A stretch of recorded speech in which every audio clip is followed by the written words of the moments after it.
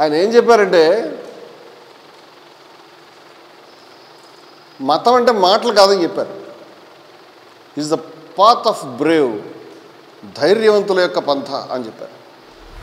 మనము దైవాన్ని ప్రస్తుతిస్తున్నామంటే మనం కొన్ని విలువలకు కట్టుబడాలి అని అర్థం. దైవం అంటే విలువలే అని కూడా గాంధీ గారు ఏమని చెప్పారంటే, God is nothing but truth and non violence. దైవం అంటే నాకు సత్యం తప్పితే మరేమీ కాదు అని చెప్పాడు. మనకు కూడా సత్యాన్ని గురించి సత్యమేవా జయతే అనే మాట మీరు విని ఉంటారు.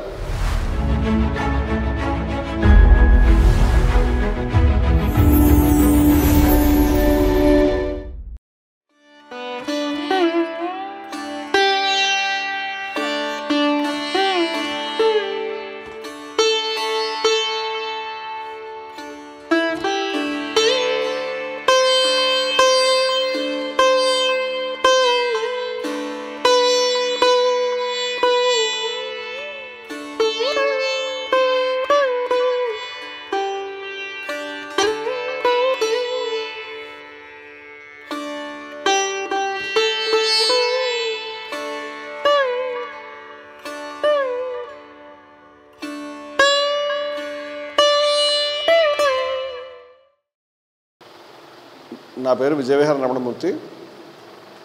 నేను జయభారత్ అనేటువంటి ఒక ఉద్యమానికి ఇప్పుడు జాతీయ ప్రధాన కార్యదర్శిగా ఉన్నాను. ఇది ఒక 10-15 సంస్థలు కలిసి మేము పనిచేస్తూ ఉన్నాము. అనేక ఆశయాల్లో ఒక్కో సంస్థ ఒక్కో ఆశయాన్ని ప్రధానంగా ముందు పెట్టుకుని మత సామరస్యం మీద, అసమానతల నిర్మూలన మీద, ఇంకా అనేక ఆశయాల మీద మేము పనిచేస్తూ ఉన్నాము. Hindus for plurality and equality, బహుళత్వాన్ని సమానత్వాన్ని కోరుకునేటువంటి హిందువులు. బహుళత్వం అంటే అనేక స్రవంతులు హిందూ మతంలో ఉన్నాయి. ఇది హిందూ మతం యొక్క విశిష్టమైనటువంటి స్వభావం. అలాగే హిందూ మతంలో సమానత్వం అనేది ఉన్నది. ఈ విషయాలను చెప్పేటువంటి సంస్థ. నేను దానికి కూడా ప్రధాన కార్యదర్శిగా ఉన్నాను. మేము చాలా కార్యక్రమాలు చేస్తుంటాము. మా భాగ్యవశాన స్వామివారి దృష్టికి రావటం వల్ల ఇక్కడ సంకీర్తన మండలి అనేటువంటి ప్రారంభ సమావేశంలో ఒక పాత్ర చిన్నది పోషించడానికి మా అదృష్టవశాత్తు అవకాశం వారు కటాక్షించడం వల్ల కలిగింది. ఆ సంస్థ కూడా చాలా బాగా ముందుకు వెళుతోంది. ఆ సంస్థ యొక్క కార్యకలాపాలని, దాని బహుముఖమైనటువంటి విస్తృతి చాలా తక్కువ కాలంలోనే ముందుకు వెళ్ళడాన్ని చూసి చాలా సంతోషాన్ని, భవానీ ప్రసాద్ గారు చెప్తుంటే చాలా సంతోషాన్ని మేము పొందుతున్నాం. అయితే ఈరోజు ఈ యొక్క శిక్షణ కార్యక్రమం నా అదృష్టవశాత్తు ఇక్కడికి వచ్చి ఆ ప్రారంభ దృశ్యాన్ని చూసేటువంటి అవకాశం కూడా కలిగింది. ఆ రోజు నేను ఒక మాట చెప్పాను. సహస్రాబ్దాలుగా మన భారతదేశంలో మన ధర్మం ఏదైతే ఉన్నదో, ఈ ధర్మంలో అసంఖ్యాకమైనటువంటి కోట్లాది మంది సోదరులకి కొంత అన్యాయం జరిగింది. తల్లి చెయ్యి విడిచిపెట్టింది, లేదా తల్లి చెయ్యి ప్రమాదవశాత్తు విడిపడింది ఈ బిడ్డకి. తల్లి చేయి వదిలిపెడితే ఆ బిడ్డ ఎంత ఆందోళనలో, ఎంత దుఃఖంలో, ఎంత అయోమయంలో, ఎంత కష్టంలో ఉంటారు. అటువంటిది భగవద్ రామానుజుల యొక్క స్రవంతి, 1000 సంవత్సరాలకు పైగా ఉన్నటువంటి అద్భుతమైనటువంటి స్రవంతి, ఆనాటి ఉపనిషత్తుల నుంచి వాళ్ళ దాకా ఉన్నటువంటి ధర్మం యొక్క సారాన్ని చాలా గొప్పగా చాటేటువంటి స్రవంతి, దానికి ప్రతినిధులైనటువంటి స్వామివారు ఇక్కడ సమతామూర్తి విగ్రహాన్ని ప్రతిష్ఠించడమే కాకుండా ఆ సారాన్ని ఈ ధర్మంలో మళ్ళీ మొత్తం అణువణువును నింపాలి అనేటువంటి పట్టుదలతో ఈరోజు మళ్ళీ ఆ బిడ్డ చెయ్యని తల్లి అందుకున్న విధంగా ఇవాళ ధర్మంలోకి ఏదైతే ఆదివాసీ ప్రాంతాల నుంచి మీరు అంతా వచ్చారో, మొదటి రోజే భవానీ ప్రసాద్ గారు ఇక్కడ నేను ఆ 2 మాటలు విన్నాను. అక్కడ జరుగుతున్నటువంటి డీవియేషన్స్ ఏ రకంగా ఆ ప్రాంతాల్లో ఉన్నాయి, వాటిని ఏ విధంగా మనం వెనక్కి తీసుకురావాలి, దాంట్లో మీ పాత్ర ఏముంటుంది, అలాగే ఇక్కడ మనకి ఈ వనరు నుంచి అందేటువంటి వెన్నుదన్నులు ఏ విధంగా ఉంటాయి అనేది కూడా వారు చెప్పడం అనేది జరిగింది. దీంట్లో అనేక విభాగాలుగా చేసి ఈ శిక్షణని మీకు కావలసిన ప్రతి అంశంలో కూడా మిమ్మల్ని సుశిక్షితులను చేసే విధంగా, సాయుధుల్ని చేసే విధంగా, సైద్ధాంతిక సాయుధత్వం అంటాం దీన్ని, ఆదర్శాలని, అలాగే సబ్జెక్ట్ కంటెంట్ ఏదైతే ఉన్నదో దాన్ని మీకు సమస్తం కూడా అందించే విధంగా చాలా స్వల్పకాలంలో, బహుశా ఒక 6-7 ఏళ్ళు కష్టపడితే వచ్చేదాన్ని 11 రోజులు అందించాలనే పెద్ద ప్రాజెక్ట్ పెట్టుకున్నారు వారు. అయినా దాంట్లో చాలా కొత్త కూర్చోలు అయ్యారని నాకైతే ఈ కొంచెం చూస్తేనే అనిపిస్తూ ఉంది. దీంట్లో ఆదర్శమైనటువంటి నడవడిక ఏ విధంగా ఉంటుంది అనేటువంటి సబ్జెక్టు వారి సమ్మతితో నేను తీసుకున్నాను. ఇవాళ నేను అదే సబ్జెక్టు మాట్లాడతాను. ఇక్కడ సమస్య ఏమిటంటే మనము ఎంచుకున్నటువంటి దాంట్లో ఈ ఆదర్శం గొడవ ఎందుకు వచ్చిందని. రెండు ఏమిటంటే అసలు ఆదర్శం గొడవ ఎందుకు, ఒకవేళ ఉన్న ఆ ప్రకారం మనం ఎందుకు ఉండాలి అనేటువంటిది ఒకటి ఉంది. ధర్మం అంటే అక్కడ కనిపించదు ఎవరికి, దేవుళ్ళగా. ధర్మం ఎక్కడ కనిపిస్తుందండి, మనం చూడడానికి కనిపించదు, దేవుడు కూడా కనిపించడు. మరి అంతటా ఉన్నటువంటి ధర్మాన్ని గురించి మనం చెప్పేటప్పుడు అది కనిపించినప్పుడు చిక్కు ఎదురవుతుంది. అటువంటి ధర్మాన్ని కనిపించేలా చేసేటువంటి వ్యక్తులు మీరే. మీరు ధర్మానికి ప్రతినిధులు. సామాన్య ప్రజానీకం, మీ చుట్టూ ఉండేటువంటి కోట్ల మంది మీలో ధర్మాన్ని చూస్తారు.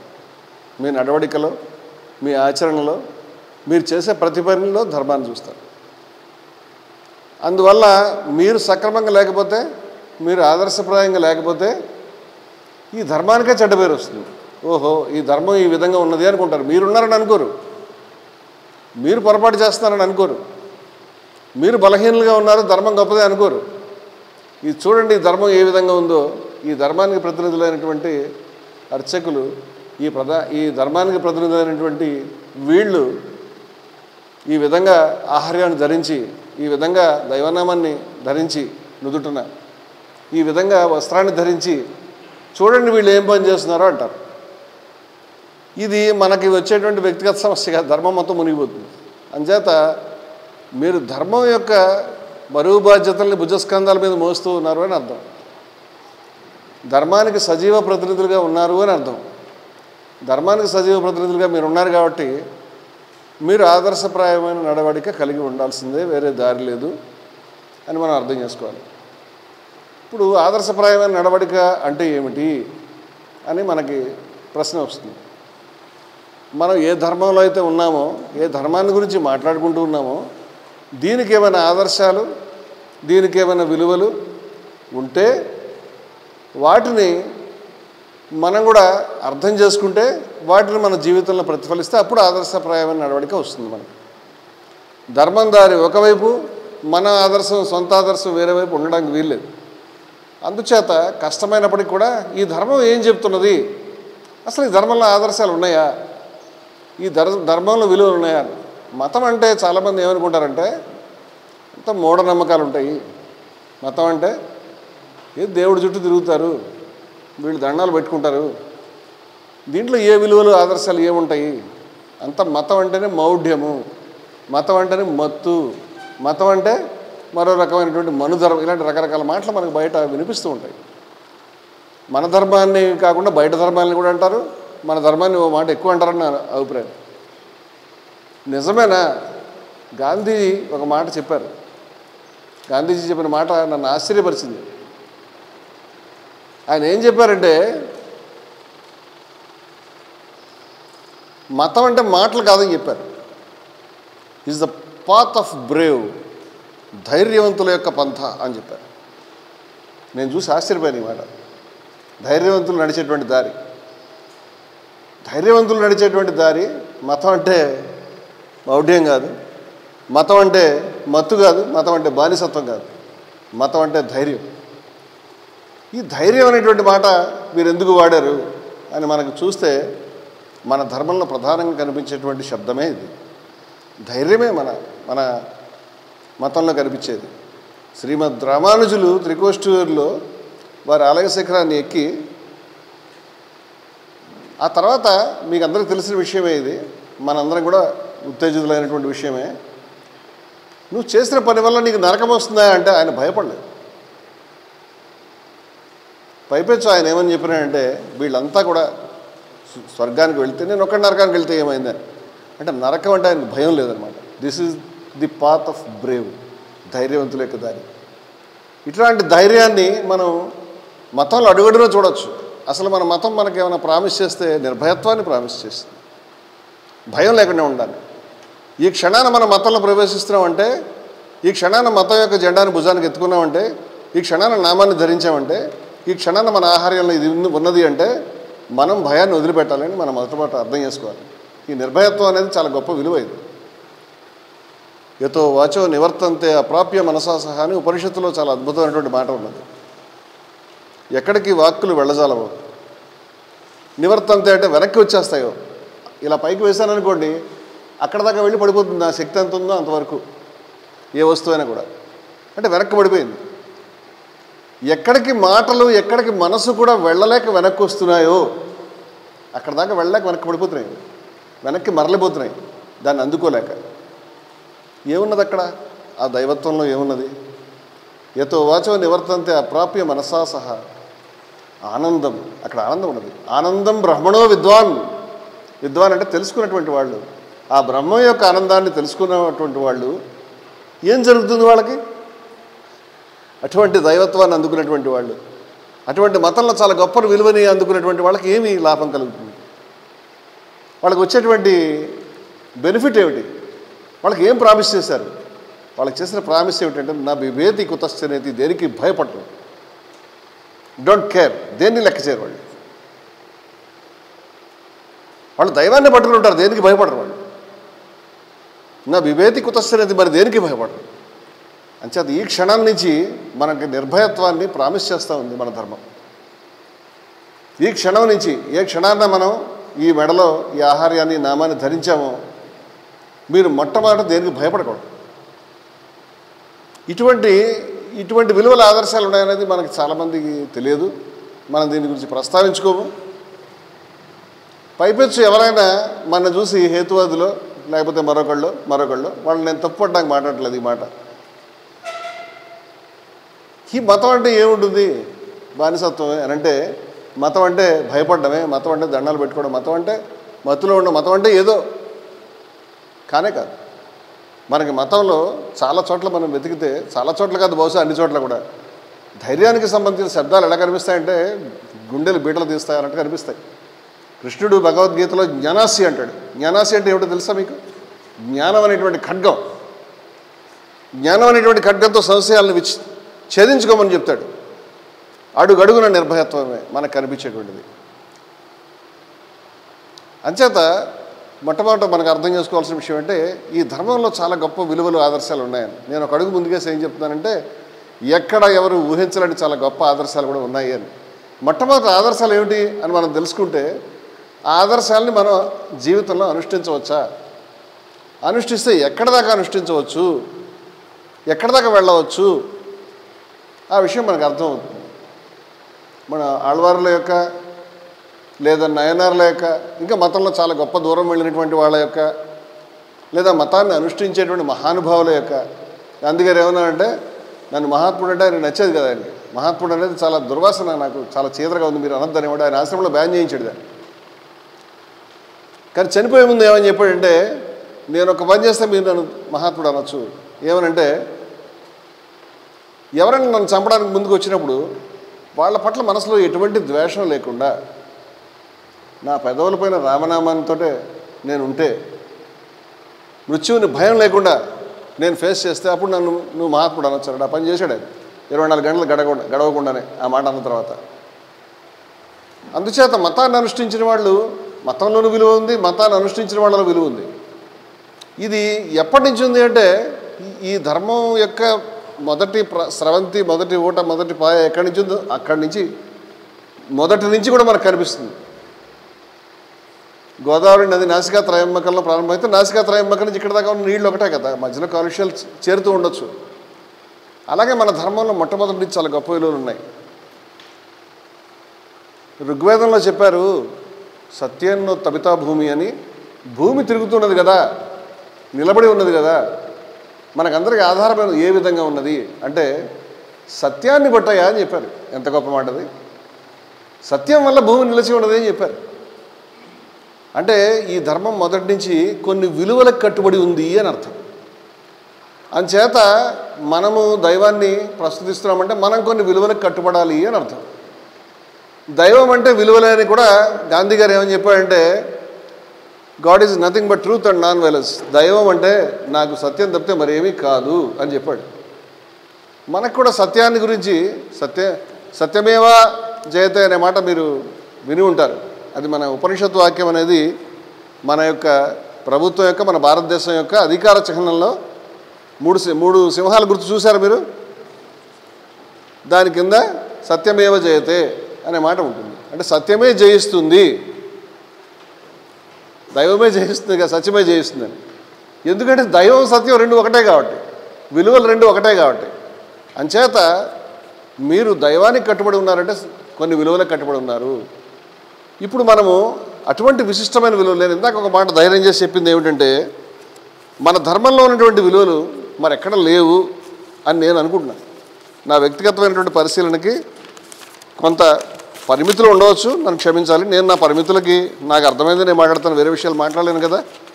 అందువల్ల నా పరిమితులకి మాత్రమే కట్టుబడి కొన్ని విషయాలు మీ దృష్టికి తీసుకురావడానికి నేను ప్రయత్నం చేస్తాను. ఆశ్చర్యం ఏంటంటే చాలా సంక్లిష్టమైన విషయాలు చాలా సూటిగా సరళంగా ఉంటాయి. అవేమీ గందరగోళంగా అర్థం కాకుండా ఉండవు, చిన్న మాటల్లో ఉంటాయి. సత్యం వద అంటే 4 అక్షరాలు, సత్యమే పలుకు, ధర్మం చర 4 అక్షరాలు, ధర్మం ప్రకారం నడుచుకో, సత్యంన ప్రమదితవ్యం, సత్యాన్ని వదిలిపెట్టకు. ఎంత సింపుల్గా, వీటిలో ఎక్కడ కూడా అర్థం కాలేదు నాకని చెప్పడానికి ఏమి ఉండవు. దీంట్లో సంక్లిష్టమైన విషయాలు లేవు. అంచేత మొట్టమొదటి నుంచి మన పెద్దలు కొన్ని విలువల్ని మనకి సత్యన్న ప్రమదితవ్యం, ధర్మాన్న ప్రమదితవ్యం, కుశలమున కుశలం అంటే శుభం, దీన్ని వదిలిపెట్టకు. తైత్రీయ ఉపనిషత్తులో మనకి ఇదే విధంగా బ్రహ్మచారులు అంటే అర్థం పెళ్లి కాని వాళ్ళని ఇప్పుడు స్థిరపడింది, కానీ బ్రహ్మచారులు అంటే అర్థం అది కాదు. బ్రహ్మాన్ని అన్వేషిస్తూ, దైవాన్ని అన్వేషిస్తూ, దైవం యొక్క గొప్ప విలువలను అన్వేషిస్తూ ఉన్నటువంటి వాళ్ళు బ్రహ్మచారులు. అటువంటి బ్రహ్మచారులు ఇప్పుడు మీ వంటి బ్రహ్మచారులు, మా ప్రసాద్ గారు మొట్టమొదటి ఈ కార్యక్రమాన్ని సంకల్పించినప్పుడు అనుకుని ఉంటారు. ఆ మాటలు తైత్రీయ ఉపనిషత్తులో కూడా ఋషి అనుకున్నాడు. అమాయంతు బ్రహ్మచారిణ స్వాహ అని, వచ్చేదరుగాక నా దగ్గరికి, ప్రమాయంతు బ్రహ్మచారిణ స్వాహ, విమాయంతు బ్రహ్మచారిణ స్వాహ, నలుదిక్కుల నుంచి వచ్చేదరుగాక, చాలా ఎక్కువ మంది వచ్చేదరుగాక, ఉండేదరుగాక. ఎందుకంటే ఈ తత్వం, ఈ ధర్మం, ఈ ఆదర్శం అందరికీ తెలియాలనేటువంటిది 1000 సంవత్సరాలు కూడా ఇదే ఆలోచనలు చేశారు. ఏ విధంగా కార్యక్రమం మీరు తలపెట్టారో అదే కార్యక్రమాన్ని వాళ్ళు కూడా తలపెట్టారు. వాళ్ళకు కొన్ని విలువలు అందివ్వాలి అనేటువంటి పద్ధతిలో ఆ రోజు వాళ్ళు ఆలోచించడం జరిగింది. అంచేత మన ధర్మంలో మొట్టమొదటి నుంచి చిట్ట చివరి దాకా అడుగడుగున కనిపించేవి ఏమిటాయంటే నాకు తెలిసినంత వరకు విలువలు, ఆదర్శాలు మనకు కనిపిస్తాయి. ఈ విలువల్ని, ఆదర్శాలని అనుసరించేటప్పుడు మనం ఎట్లా ఉంటాము, సమాజం అట్లా ఉన్నదా? సమాజంలో ఎక్కడైనా విలువలు, ఆదర్శాలు మీకు కనిపిస్తున్నాయా? సమాజంలో ఎల్లడలా స్వార్థమే కనిపిస్తుంది. ఏ రంగాన్ని తీసుకున్నా, అది రాజకీయం కావచ్చు, సేవ కావచ్చు, మరి ఏది కావచ్చు, మీరు కొంచెం లోపలికి వెళ్ళగానే ఇక్కడ ఉన్న స్వార్థం ఎక్కడ లేదు కదా అని మనం అనుకుంటాం. ఇటువంటి సమాజంలో ఉండి మనం ఏ విధంగా విలువలకి, ఆదర్శాలకు కట్టుబడి ఉంటాం, ఏ విధంగా ఉండగలుగుతాం? ఆశ్చర్యం ఏంటంటే ఈ సమస్య కూడా ఇవాళది కాదు. ఈ సమస్య కూడా మన ప్రాచీనులు ఎదుర్కొన్నారు. భగవద్గీతలో మనకు ఒక శ్లోకం ఉన్నది. ఈ శ్లోకాన్ని, ఈ విచిత్రమైన శ్లోకం మీకు అందరికీ తెలిసి ఉంటుంది, అయినా నేను మళ్ళీ చెప్తున్నాను. యా నిశా సర్వభూతానాం తస్యాం జాగ్రత్త సంయమి, యస్యాం జాగ్రత్త భూతాని సా నిశా పశ్యతో మునే అనేటువంటిది ఈ శ్లోకం. అంటే సర్వభూతానం అంటే అన్ని ప్రాణులకి ఏదైతే రాత్రో, మొత్తం మీరు ఊహించుకోండి, మీరు ఒక్కళ్ళు ఉన్నారు, రాత్రి మనం లేచి చూస్తున్నాము, చీకట్లో అందరూ మీ ఊర్లో పడుకునే ఉంటారు కదా, అందరూ పడుకుని ఉన్నారు. ఇప్పుడు మీరు ఒక్కళ్ళు లేచారు, కానీ చీకటి వెలుగు సమస్య కాదు ఇది, అది మాట్లాడడం లేదు ఆయన. అన్ని ప్రాణులకి యా నిశా ఏదైతే చీకటో, తస్యాం జాగ్రత్త సంయమి. సంయమి అంటే స్వయం నియంత్రణ కలిగినటువంటి వాడు, కొన్ని ఆదర్శాలకి తను కట్టుబడినటువంటి వాడు, కొన్ని పద్ధతులకి లోబడినటువంటి వాడు. అతను మెలకుగా ఉంటాడట అందరూ నిద్రపోయిన దగ్గర. ఇంతే చెప్పారు, ఏమి చెప్పలే వాళ్ళు. అందరూ నిద్రపోతే ఈయన మెలకుగా ఉన్నాడు. మరి అందరూ మెలకుగా ఉంటే అప్పుడు మెలకుగా ఉంటాడా? ఏమని చెప్తున్నాడు? యశాం జాగ్రత్త భూతాన్ని, అన్ని ప్రాణులు దేని పట్ల మెలకుగా ఉంటాయో సా నిశా పశ్యతో మునే, అంటే దానిని చీకటిగా మునులు, అంటే ఎవరైతే ఆదర్శాలకు కట్టుబడ్డారో వీళ్ళంతా మెలకుగా ఉన్నదాన్ని చీకట్లో చూస్తారు. నాకు ఒక ముక్క అర్థం కావట్లేదు. అందరికీ చీకటి అయితే మనకు వెలుతురట, అందరికీ వెలుతురైతే మనం చీకటిగా దాన్ని చూస్తామట. అలా ఎందుకు జరుగుతుంది? ఇలా ఏ విషయం గురించి మాట్లాడుతున్నారు వాళ్ళు? ఇప్పుడు మీరు చూడండి, మీరు ఇక్కడికి వచ్చి వెళుతున్నప్పుడు ఖచ్చితంగా మీ ఊర్లో మీ ఇంట్లో పని పాట చేసుకుని ఏదో రకంగా డబ్బులు సంపాదించుకుని 4 రాళ్ళు వెనకేసుకుని మీ పిల్లల్ని మీ కుటుంబాన్ని చక్కగా ముందుకు తీసుకెళ్ళాలి. కానీ ఈ పని చేస్తే డబ్బులు వస్తాయి కదా, ఊరంతా డబ్బులు గొడవలు ఉంటే ఈయన పని కట్టుకుని హైదరాబాద్ దాకా ఈ కార్యక్రమం మీద సొంత డబ్బులు పెట్టుకుని ఇన్ని బాధలు పడుతూ వెళ్ళాల్సిన అవసరం ఏమిటి అనేటువంటి విమర్శ మీ ఇంట్లో ఖచ్చితంగా ఉంటుంది, మీ చుట్టుపక్కలలో ఉంటుంది, మీ బంధువుల్లో ఉంటుంది. సరే రా, నువ్వు ఇలాగ దేవుడు వెనకాల తిరుగుతూ ఉంటే ఈ కుటుంబాన్ని ఎవరు చూస్తారు? 4 రాళ్ళు వెనకేసుకోవద్దా అనే మాట అంటారు. అంతే కదా. దానికి మార్గాలు ఎక్కడికక్కడ ఉంటాయి. ఏ చిన్న వ్యాపారంలో, ఏ చిన్న కమిషన్ పనిలో, లేకపోతే ఎవరి వెనకాల తిరగడం, రాజకీయ నాయకుల వెనకాల తిరగడం వల్ల అది ఇంకో పని చేసుకోవడం జరుగుతుంటే వాడికి ఏదో డబ్బులు వస్తున్నాయంట కదా. వీడు ఒక్కడే చెడిపోయాడు, వీడు దేవుడు అంటాడు మాట్లాడితే అని. మీరు కాదు, ఇప్పుడు దేవుడిని పట్టుకుని వెళ్ళిన వాళ్ళు అందరినీ ఆ రోజు నుంచి వాళ్ళ దాకా పోతన గారు కావచ్చు, మరొకళ్ళు కావచ్చు, ఏమిట్రా బాబు ఈ కర్మ, కుటుంబాన్ని పోషించకుండా అని అన్నటువంటి వాళ్ళే. కానీ బయట కనిపించేటువంటి ఈ ఐహికమైనటువంటి ఈ సంపదలు, ఈ సౌఖ్యం ఏదైతే ఉందో అది వీళ్ళకి కనిపించలేదు. పోతనకు కనిపించలేదు, అన్నమాచార్యుల వారికి కనిపించలేదు, మీకు కనిపించలేదు, ఎవరికి కనిపించలేదు. వాళ్ళు దాన్ని వెలుతురు అనుకుంటున్నారు, పరుగులు పెడుతున్నారు బయటకి. మాకు సెల్ ఫోన్ కావాలి, మాకు రకరకాల ఇవి కావాలి, మందు కావాలి సాయంత్రం పూట, లేకపోతే వేరే రకమైన అలవాట్లకు మనం వెళ్ళిపోవాలి, మనం అంతా ఈ మత్తులో ఉండాలి అని అనుకుంటున్నారు. దాన్ని మీరు కన్నెత్తి చూడడం లేదు. వాడికి ఏది వెళ్తురో అది మీకు చీకటి. మీకు ఏది వెళ్తురో, ఏ ఆదర్శాలు అయితే, ఏ దైవం అయితే, ఏ పద్ధతులు అయితే ఉన్నాయో అది వాడికి కనిపించట్లేదు, అది వాడికి చీకటి. ఇవాళ సమస్య కాదు, భగవద్గీత నాటి సమస్య ఇది. కృష్ణుడు చెప్పాడు ఈ మాటలు. ఎందుకంటే ఏదైతే ఆదర్శాలను పట్టుకుని ఉంటారో వాళ్ళు సమాజంలో భిన్నంగా ఉంటారు. మొత్తం సమాజం యొక్క ప్రధానమైన సమస్యలో వాళ్ళు కొట్టుకు వెళ్ళరు. కేవలం శవాలు కొట్టుకెళ్తాయి, మీరు అర్థం చేసుకోండి. కొట్టుకెళ్ళేటటువంటిది ఏమి ఉండదు, శవాలు మాత్రం కొట్టుకెడతాయి. బతికున్నవాడు ఇది అటో ఇటో బయటపడడానికి చూస్తాడు, కొట్టుకుని వెళ్ళడు, కొట్టుకెళ్ళి పోయాడు అని అర్థం. అందుచేత సమాజం యొక్క కాలుష్య ప్రవాహంలో కొట్టుకెళ్లకుండా కొన్ని విలువలకి, ఆదర్శాలకి కట్టుబడేటువంటి వాళ్ళ విషయం మాట్లాడుతున్నారు గీతలో. అంచేత ఆదర్శప్రాయమైనటువంటి మీరు ఈ యొక్క పంథాన్ని మీరు ఎంచుకున్నారు, ఈ యొక్క అర్చకత్వాన్ని మీరు ఎంచుకున్నారు, ఈ యొక్క పద్ధతికి మీరు కట్టుబడుతున్నారంటే కొన్ని విలువలకు కట్టుబడుతున్నారు, కొన్ని ఆదర్శాలకు కట్టుబడుతున్నారు. ఈ ఆదర్శాలని మీ ద్వారా ప్రపంచానికి తెలియాలి. మళ్ళీ ఈ విషయాలని కూడా, ఇన్ని విషయాలు ఉన్నాయి దీంట్లో. నేను ఇదంతా కూడా మనం విలువలకు కట్టుబడదామా లేదా అనేటువంటి మాట చెప్పడానికి చెప్పాను. కానీ అసలు విలువలు అనేవి ఏమిటి, ఎందుకు అనేటువంటిది ఏవే ఉన్నాయని మొట్టమొదట ఎవరైనా మన ధర్మంలో విలువలు ఏమున్నాయని అడిగితే మొట్టమొదట నాకు కనిపించేటువంటి, నన్ను కళ్ళు రాత్రి నిద్రలో లేపడిగినా ఈ మాట చెప్తానంటే ద్వేషం లేదు ఈ మతంలో. అంతేకాదు, దీన్ని ద్వేషరాహిత్యం అనండి మీరు. ఈ ద్వేషం లేకపోవడం అనేటువంటిది ఏదైతే ఉన్నదో ఇది మతంలో ప్రతి అణువులోనూ ఉంది. ఇది ఆశ్చర్యం ఏంటంటే బయట ఎక్కడ ఇంత స్థాయిలో లేదని అనట్లేదు నేను, ఇంత ప్రాధాన్యత ఎవరు ఇవ్వలేదు. మీకు అర్థమవుతుందో నేను మాట్లాడే మాట? ద్వేషం లేదు, దీన్ని ద్వేషరాహిత్యము అంటారు. అంటే ద్వేషం లేకపోవడము అంటారు. అద్వేష్ట అనేటువంటి మాట మీకు భగవద్గీతలో మీకు వినిపిస్తుంది. తతోన విజుగుప్సతే అనేటువంటి మాట వినిపిస్తుంది మీకు ఉపనిషత్తులో, ఈశావాస్యంలో. మా విద్విషావహై ఆ మంత్రాన్ని మీరు 10 సార్లు భద్రం కర్ణే విష్ణునియా చక్కగా వినుంటారు కదా. సహనాభవతు సహనో భునక్తు మాట వినుంటారు కదా. మా విద్విష తేజస్వి నావధీతమస్తు మా విద్విషావహై మాట నో, వద్దు. ఏమిటి? ద్వేషం వద్దు, అక్కర్లేదు. ఇంతగా పట్టుకుని ద్వేషం వద్దు ద్వేషం వద్దు ద్వేషం వద్దు ద్వేషం వద్దని చెప్పినటువంటి వాడు ఎవడో లేడు ప్రపంచంలో.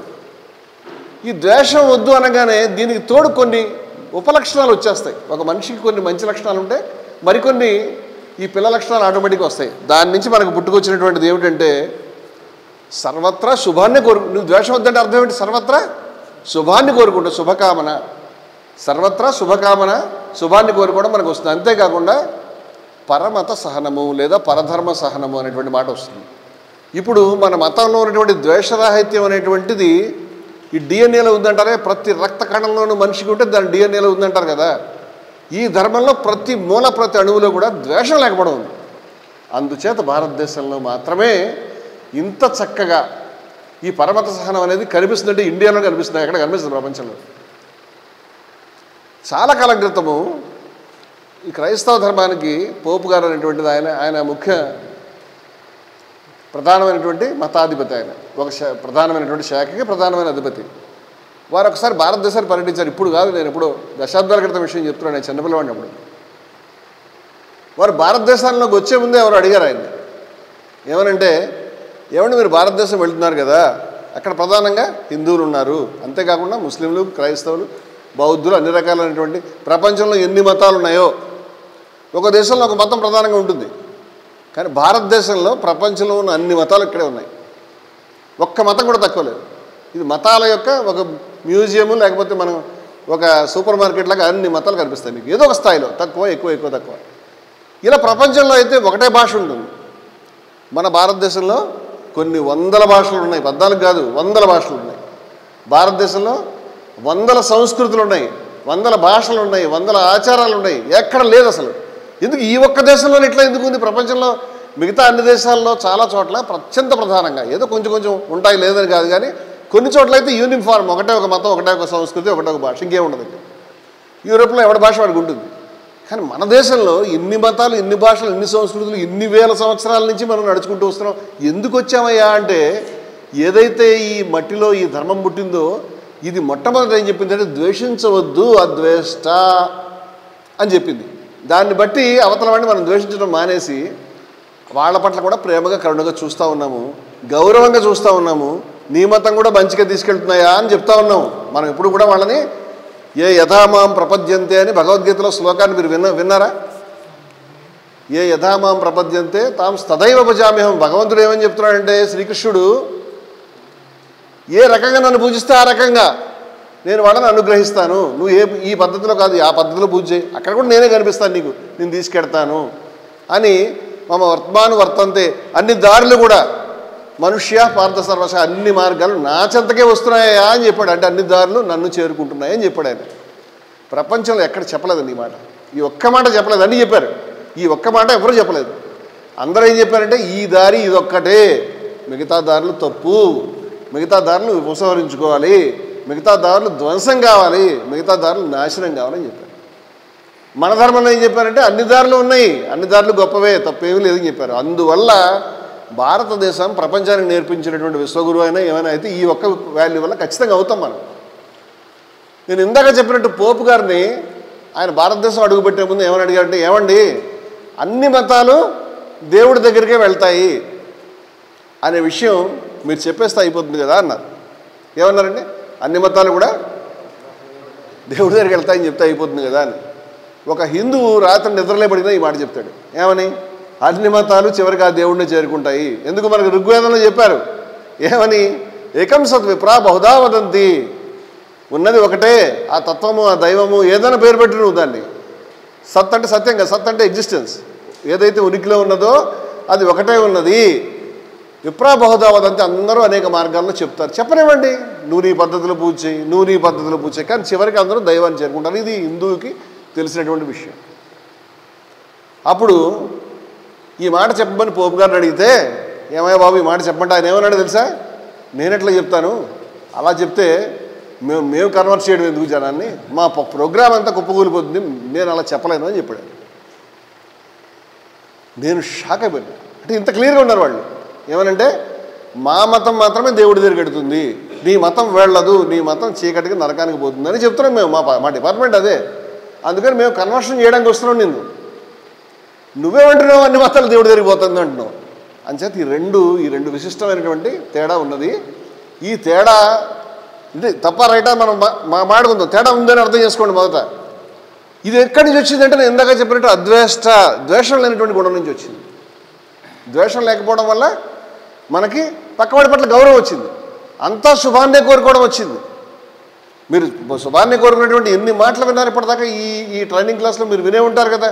వసుదైక కుటుంబకం అనేటువంటి మాట మీరు వినే ఉంటారు కదా. అయం నిజ పరవ వేతి గణనా లఘుచేతసాం, ఇది వీడు నావాడు వీడు బయటవాడు అని చాలా లో లెవెల్ పీపుల్ ఆలోచిస్తారు. తక్కువ బుద్ధి ఉన్నటువంటి వాళ్ళు అనుకుంటారు వీడు నావాడు వీడు పక్కవాడని.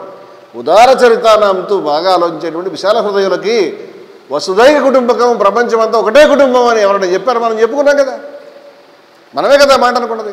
వసుధ ఏవా, మొత్తం ప్రపంచం అంతా కూడా, ఈ భూమి అంతా కూడా ఒకటే కుటుంబం, ఫ్యామిలీ అని చెప్పాం. ఎవరైనా చెప్పారా? మా కశ్చిత్ దుఃఖభాగ్ భవేత్ అనే మాట విన్నారు కదా. ఎవరికి దుఃఖం రాకుండాగాక, ఎవరికి? హిందువులకు కాదు, ముస్లింలకు కాదు, వైష్ణవులకు కాదు, క్రైస్తవులకు కాదు, ఎవరికి కాదు, ఎవరికి రాకుండాగాక, అందరికీ శుభాలే రావాలి గాక. ఇది మన ధర్మంలో చెప్పినటువంటి విషయం. మరి అలాగైతే అక్కడ నీకు దేవుడే వస్తే అక్కడ సుఖం వస్తే మేమెందుకు కన్వర్ట్ చేయాలి అని ఈయన అన్నాడు. ఈ మాటలు మనకి చరిత్రలో పదే జిన్నా గారు గాంధీ గారు మాట్లాడుకున్నారు. జిన్నా గారు గాంధీ గారు మాట్లాడుకున్నప్పుడు అన్ని మతాలు దేవుడి దగ్గరికి వెళ్తాయి కదా అని గాంధీ గారు చెప్పాడు. జిన్నా ఏమన్నా అంటే హిందూ ఇలాగే మాట్లాడతాడు కాబట్టి ఇలా చెప్పాడు, మేము అలా అన్నామని చెప్పాడు. ఇది ఒకటే ప్రూఫ్. హిందువుని గుర్తుపడడానికి ప్రూఫ్ ఏంటంటే అన్ని మతాలు దేవుడి దగ్గరికి వెళ్తాయంటాడు. అందుకే అన్నాడు ఆయన, నేను కాదు అని చెప్పాడు. ఇది ఆశ్చర్యమైనటువంటి మాట మనకి లాభం కలిగిస్తుందా లేదా వ్యాపారం ఆలోచిస్తాడు. మాట మనకు ఉపయోగపడుతుందా లేదా అడ్వర్టైజింగ్ పనికి వస్తుందా లేదా వేరే వాడు ఆలోచిస్తాడు. కానీ మాట సత్యమా కదా మనం ఆలోచిస్తాం. ఈ మాట నిజం కాబట్టి కష్ట నష్టాలు ఎదురైనా, క్లేశాలు ఎదురైనా, బాధలు ఎదురైనా, ఏమైనా ఈ మాటకు మనం వేల సంవత్సరాల నుంచి కట్టుబడి ఉన్నాం. మరి స్వామివారు ఏం చెప్పారు? స్వీయ అనుష్ఠానము సర్వ ఆదరణ అని చెప్పారు.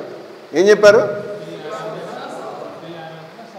స్వీయ ఆరాధన సర్వ సమాదరణ సర్వ ఆదరణ అని చెప్పారు. అంటే మనది ఆచరించడము, బయట వాళ్ళని గౌరవించడము. ఇది ప్రపంచంలో ఎక్కడ లేదండి. మనది మనం ఆచరించి పక్క వాళ్ళని కూడా దీంట్లోకి లాగాలి, పక్క వాళ్ళని అవమానించాలి. సర్వ అవమానము, సర్వ నింద, సర్వుల్ని కూడా మన దాంట్లోకి లాక్కునే ప్రయత్నము, సర్వ నిర్మూలన, ఇది వాడి స్కీమ్. మరి స్వామివారు ఈ మాట ఎందుకు చెప్పారు? స్వీయ అనుష్ఠానము సర్వ ఆదరణ అనేటువంటి మాట వారు ఎందుకు చెప్తున్నారు? ఈ మాట ఎందుకు చెప్తున్నారంటే వారి వెనకాల వేల సంవత్సరాల ప్రాచీనమైనటువంటి ధర్మాలు ఎప్పటి నుంచి ఋషులు ఎప్పటి నుంచి చెప్తున్న మాటలు వారి నోట్లో ఇప్పుడు ఇలా వచ్చినాయి. ఇది ఒక వ్యక్తి యొక్క మాటలు కావు, మహా సంప్రదాయం యొక్క మాటలు. ఇది మహా గొప్ప విలువల యొక్క ప్రాచీనమైనటువంటి వేల సంవత్సరాల భావధార ఉన్నది కాబట్టి మన వెనకాల ఈ మాటలు స్వామివారు మూర్తిభవించినటువంటి ఈ ధర్మం కాబట్టి వారు చెప్పగలిగారు ఈ మాటలు నేను అనుకుంటున్నాను. అందుకని నా అభిప్రాయం చెప్తున్నాను. స్వామివారు ఆ మాట చెప్పారు, గాంధీ గారు ఈ మాట చెప్పారు, మరొకళ్ళు ఈ మాట చెప్పారు. ఈ మాటలు ఎప్పటి నుంచో వస్తున్న మాటలు. ఇది హిందూ ధర్మం యొక్క ప్రధానమైన గుర్తు. అందుచేత మీరు కూడా ఎవరిని ద్వేషించరాదు. ఇది మన జీవితంలో విలువగా అనుష్ఠించాలి. ఎవరిని వ్యతిరేకించడం వేరు, ద్వేషించడం వేరు, రెండు వేరు కదా. ఎవరిని ద్వేషించాల్సిన అవసరం లేదు. కానీ తప్పును తప్పని, అన్యాయాన్ని అన్యాయాన్ని చెప్తాం, దాని మీద పోరాడతాం, అది వేరే కదా.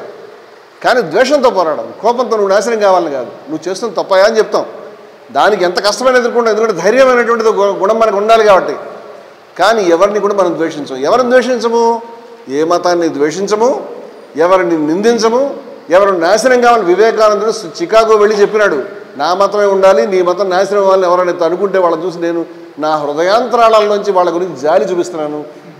నీ పని అవ్వదు, నీ కోరిక నెరవేరదు, ఏ మతం నిర్మూలన కాదు, నువ్వేమనుకున్నా జరగదు, పిచ్చి మాటలు కట్టిపెట్టు, అందరూ కూడా సమన్వయంతో ఉండాలి. ఒక వివేకానందుడు ఎందుకు చెప్పాడు?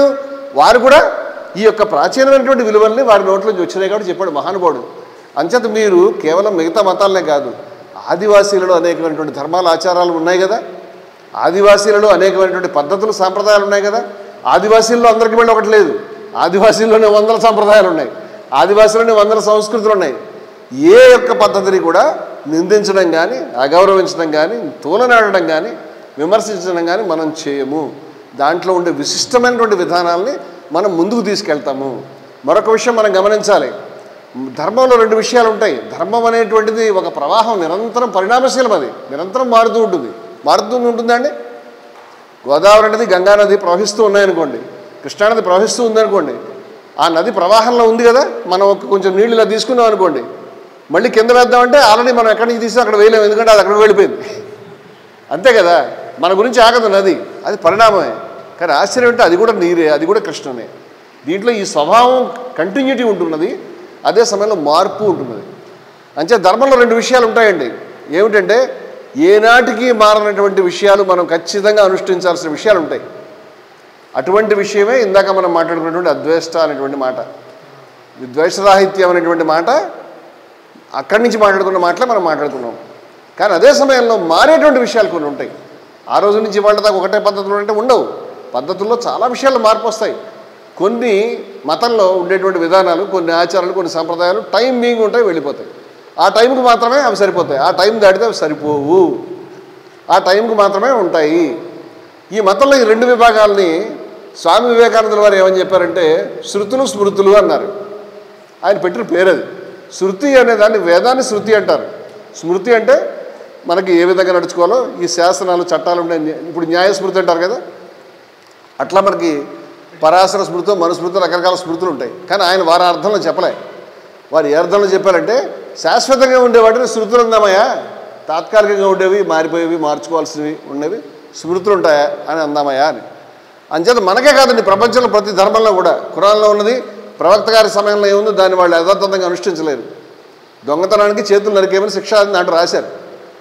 మా ముస్లిం కనుక దొంగతనం చేస్తే చేతులు నరికేయండి, హిందువులు అయితే వదిలిపెట్టేసి 4-5 నెలలు చేయలేండి. కానీ ముస్లింకి అయితే ఖురాన్ ఒప్పుకోదు కాబట్టి మీరు చేయి నరకమని వాళ్ళు ఎప్పుడైనా ఊరేగింపు తీశారు, తీరు. ఎందుకు? అది అవసరం లేదు, వాళ్ళని వాళ్ళు అర్థం చేసుకున్నారు. అంచేత మతంలో కొన్ని విషయాలు ఆ రోజు అవసరం, ఇవాళ అవసరం లేదు. అలాగే మనలో అనేకమైనటువంటి ఆచారాలు, సంప్రదాయాలు కొన్ని లుప్తం అవుతూ ఉంటాయి, కొన్ని మారుతూ ఉంటాయి. కానీ విలువలు, ఆదర్శాలు లుప్తం కారాదు. ప్రధానమైన విషయాలు ఏమున్నాయో, దీని యొక్క ముఖ్యమైనటువంటి విషయాలు ఏమన్నాయో అవి మారకూడదు. చిన్నప్పటి నుంచి పెద్ద అయ్యేదాకా మనం మారినాం. మన చిన్నప్పటి ఫోటో చూసుకుంటే ఆ విధంగా ఉన్నామా? నాకు ఇప్పుడు 60 సంవత్సరాలు వచ్చినాయి, 20 ఏళ్ళ నాటి ఫోటో చూసుకుంటే అది నేనో కాదు అనుమానంగానే ఉంటుంది. ఎందుకంటే ప్రవాహం వెళ్ళిపోయింది ముందుకి. కానీ అప్పటికి ఇప్పటికీ కొంత కంటిన్యూటీ ఉంటుంది, లేకుండా ఉండదు. మనిషికి అంతే, ధర్మానికి అంతే, ప్రవాహానికి అంతే, దేనికైనా అంతే. కొన్ని విషయాలు కొనసాగుతాయి, కొన్ని విషయాలు కొనసాగవు. కొనసాగేవి ఏమున్నాయో శాశ్వతమైన విలువలు, వాటిని మనం పట్టుకోవాలి, వాటిని అర్థం చేసుకోవాలి, వాటిని అనుష్ఠించడానికి మనం ప్రయత్నం చేయాలి. ఇప్పుడు ఏ ధర్మం మీకు ఎదురైనా, ఏ సంప్రదాయం ఎదురైనా, శ్రీ వైష్ణవుల విధానము, హిందూ యొక్క విధానము, మీరు ఏ పేరున పెట్టండి, ఏమిటంటే వాటి పట్ల గౌరవంతో ఉండడమే తప్పితే దేనిని తూలనాడడం కానే కాదు. మనం అదనంగా విలువల చేర్పుకు వచ్చాను తప్పితే విలువల్ని తొలగించడానికి రాలేదు. అందువల్ల ఏ గొప్ప సాంప్రదాయాలు ఆదివాసీల సాంప్రదాయాల్లో ఉంటాయో, ఏ గొప్ప సాంప్రదాయాలు వివిధ ధర్మాల సాంప్రదాయాలు ఉంటాయో, వాటిని మనం ఖచ్చితంగా అనుసరిస్తూ ముందుకు వెళ్ళాలని మనం అర్థం చేసుకోవాలి. సమస్త ప్రపంచం శుభంతో ఉండాలి, మనిషి చాలా గౌరవమైనటువంటి, చాలా ఫలవంతమైనటువంటి జీవితాన్ని గడపాలి అని మన ప్రాచీనులు కోరుకున్నారు. మన యొక్క చెవులతో మంచి మాటలు వినాలి, మన కళ్ళతో మంచి దృశ్యాలను చూడాలి, మన నోటితో శుభమైనటువంటి వాక్కుల్ని పలకాలి, మన ఆలోచనలు, మన మనసుతో శుభమైన ఆలోచనలు చేయాలి. ఇదంతా ఎవరు చేయాలి? ఏమో ఎవరో నాకు తెలియదు, కానీ నా కళ్ళ ముందు మీరు కనిపిస్తున్నారు ఈ ధర్మానికి ప్రతినిధులుగా. అంచేత మీరు చేయాలి ఈ పని. అంచేత మీరు మాట్లాడితే శుభమే మాట్లాడాలి, మీరు మాట్లాడితే శుభమే ఆలోచించాలి, ఎప్పుడైనా శుభమే కోరుకోవాలి. అంచేత మీరు చేసే ఆశీస్సుల్లో వాటిలో సమస్తము శుభమే ఉంటుంది. దేని పట్ల శుభం ఉంటుంది? మీ కుటుంబం పట్ల, మీ వాళ్ళ పట్ల కాదు, మీ ఊర్లో వాళ్ళ పట్ల, మీ ఊర్లో వాళ్ళ పట్లనా, పక్క ఊర్లో వాళ్ళ పట్ల కూడా, మీ ధర్మమే కదా పక్క ధర్మం వాడు కూడా, మీ దేశమైనా పక్క దేశం కూడా, పక్క రాష్ట్రం కూడా, అందరూ శుభంగా ఉండాలని. ఎవరైనా చెడిపోవాలని మీరు కోరుకోరు, అది లేదు మీ ధర్మంలో. అంతేకాదు, మనుషులే కాదు, మీరు వినుంటే కనుక షన్నో ద్విపదేశం చతుష్పదే అనేటువంటి మాటలు వస్తాయి. అంటే 2 కాళ్ళ మీద వెళ్ళేటువంటి వాళ్ళకి శాంతి, శుభం కలగాలి. చతుష్పదే అంటే 4 కాళ్ళ మీద వెళ్ళే వాళ్ళకి, జంతువులకు కూడా శుభం కలగాలి, పక్షులకు కూడా శుభం కలగాలి, క్రిమికీటకాలకు శుభం కలగాలి, అంత శుభం కలగాలి. అంతరిక్ష శాంతి, లేకపోతే ద్యౌశాంతి, మొత్తం అన్ని చోట్ల వనస్పత శాంతి, వనస్పతులు కూడా అంటే ఔషధాలు శాంతిగా ఉండాలి. ఈ మనిషి ఏ విధంగా అంటే మన ధర్మంలో పర్యావరణాన్ని, ఇది కూడా మనం, ఇది ఒక ఉపలక్షణం. అద్వేష్ట అనేది మీకు ఎప్పుడైతే వచ్చిందో ఈ మరొక ఉపలక్షణం ఏంటంటే పర్యావరణానికి సంబంధించి మీలో చాలా మంచి హితకరమైనటువంటి ఆలోచనలు పర్యావరణ పరిరక్షణకు సంబంధించి మనలో రావాలి, వస్తాయి. పర్యావరణ హిత భావనలు ఎప్పటి నుంచో మనలో ఉన్నాయి. ఇది మన పూర్వీకుల నుంచి ఉన్నాయి. మీరు మాట్లాడే మంత్రాల్లో మీకు ఇవాళ తెలుసుకున్న సబ్జెక్టులో ఈ వారంలో నేర్చుకున్న వాటిలో కూడా మీరు చూస్తే పర్యావరణాన్ని హితకరంగా ఎందుకు వచ్చిందంటే మన ప్రాచీనుడు ఏమనుకున్నాడు?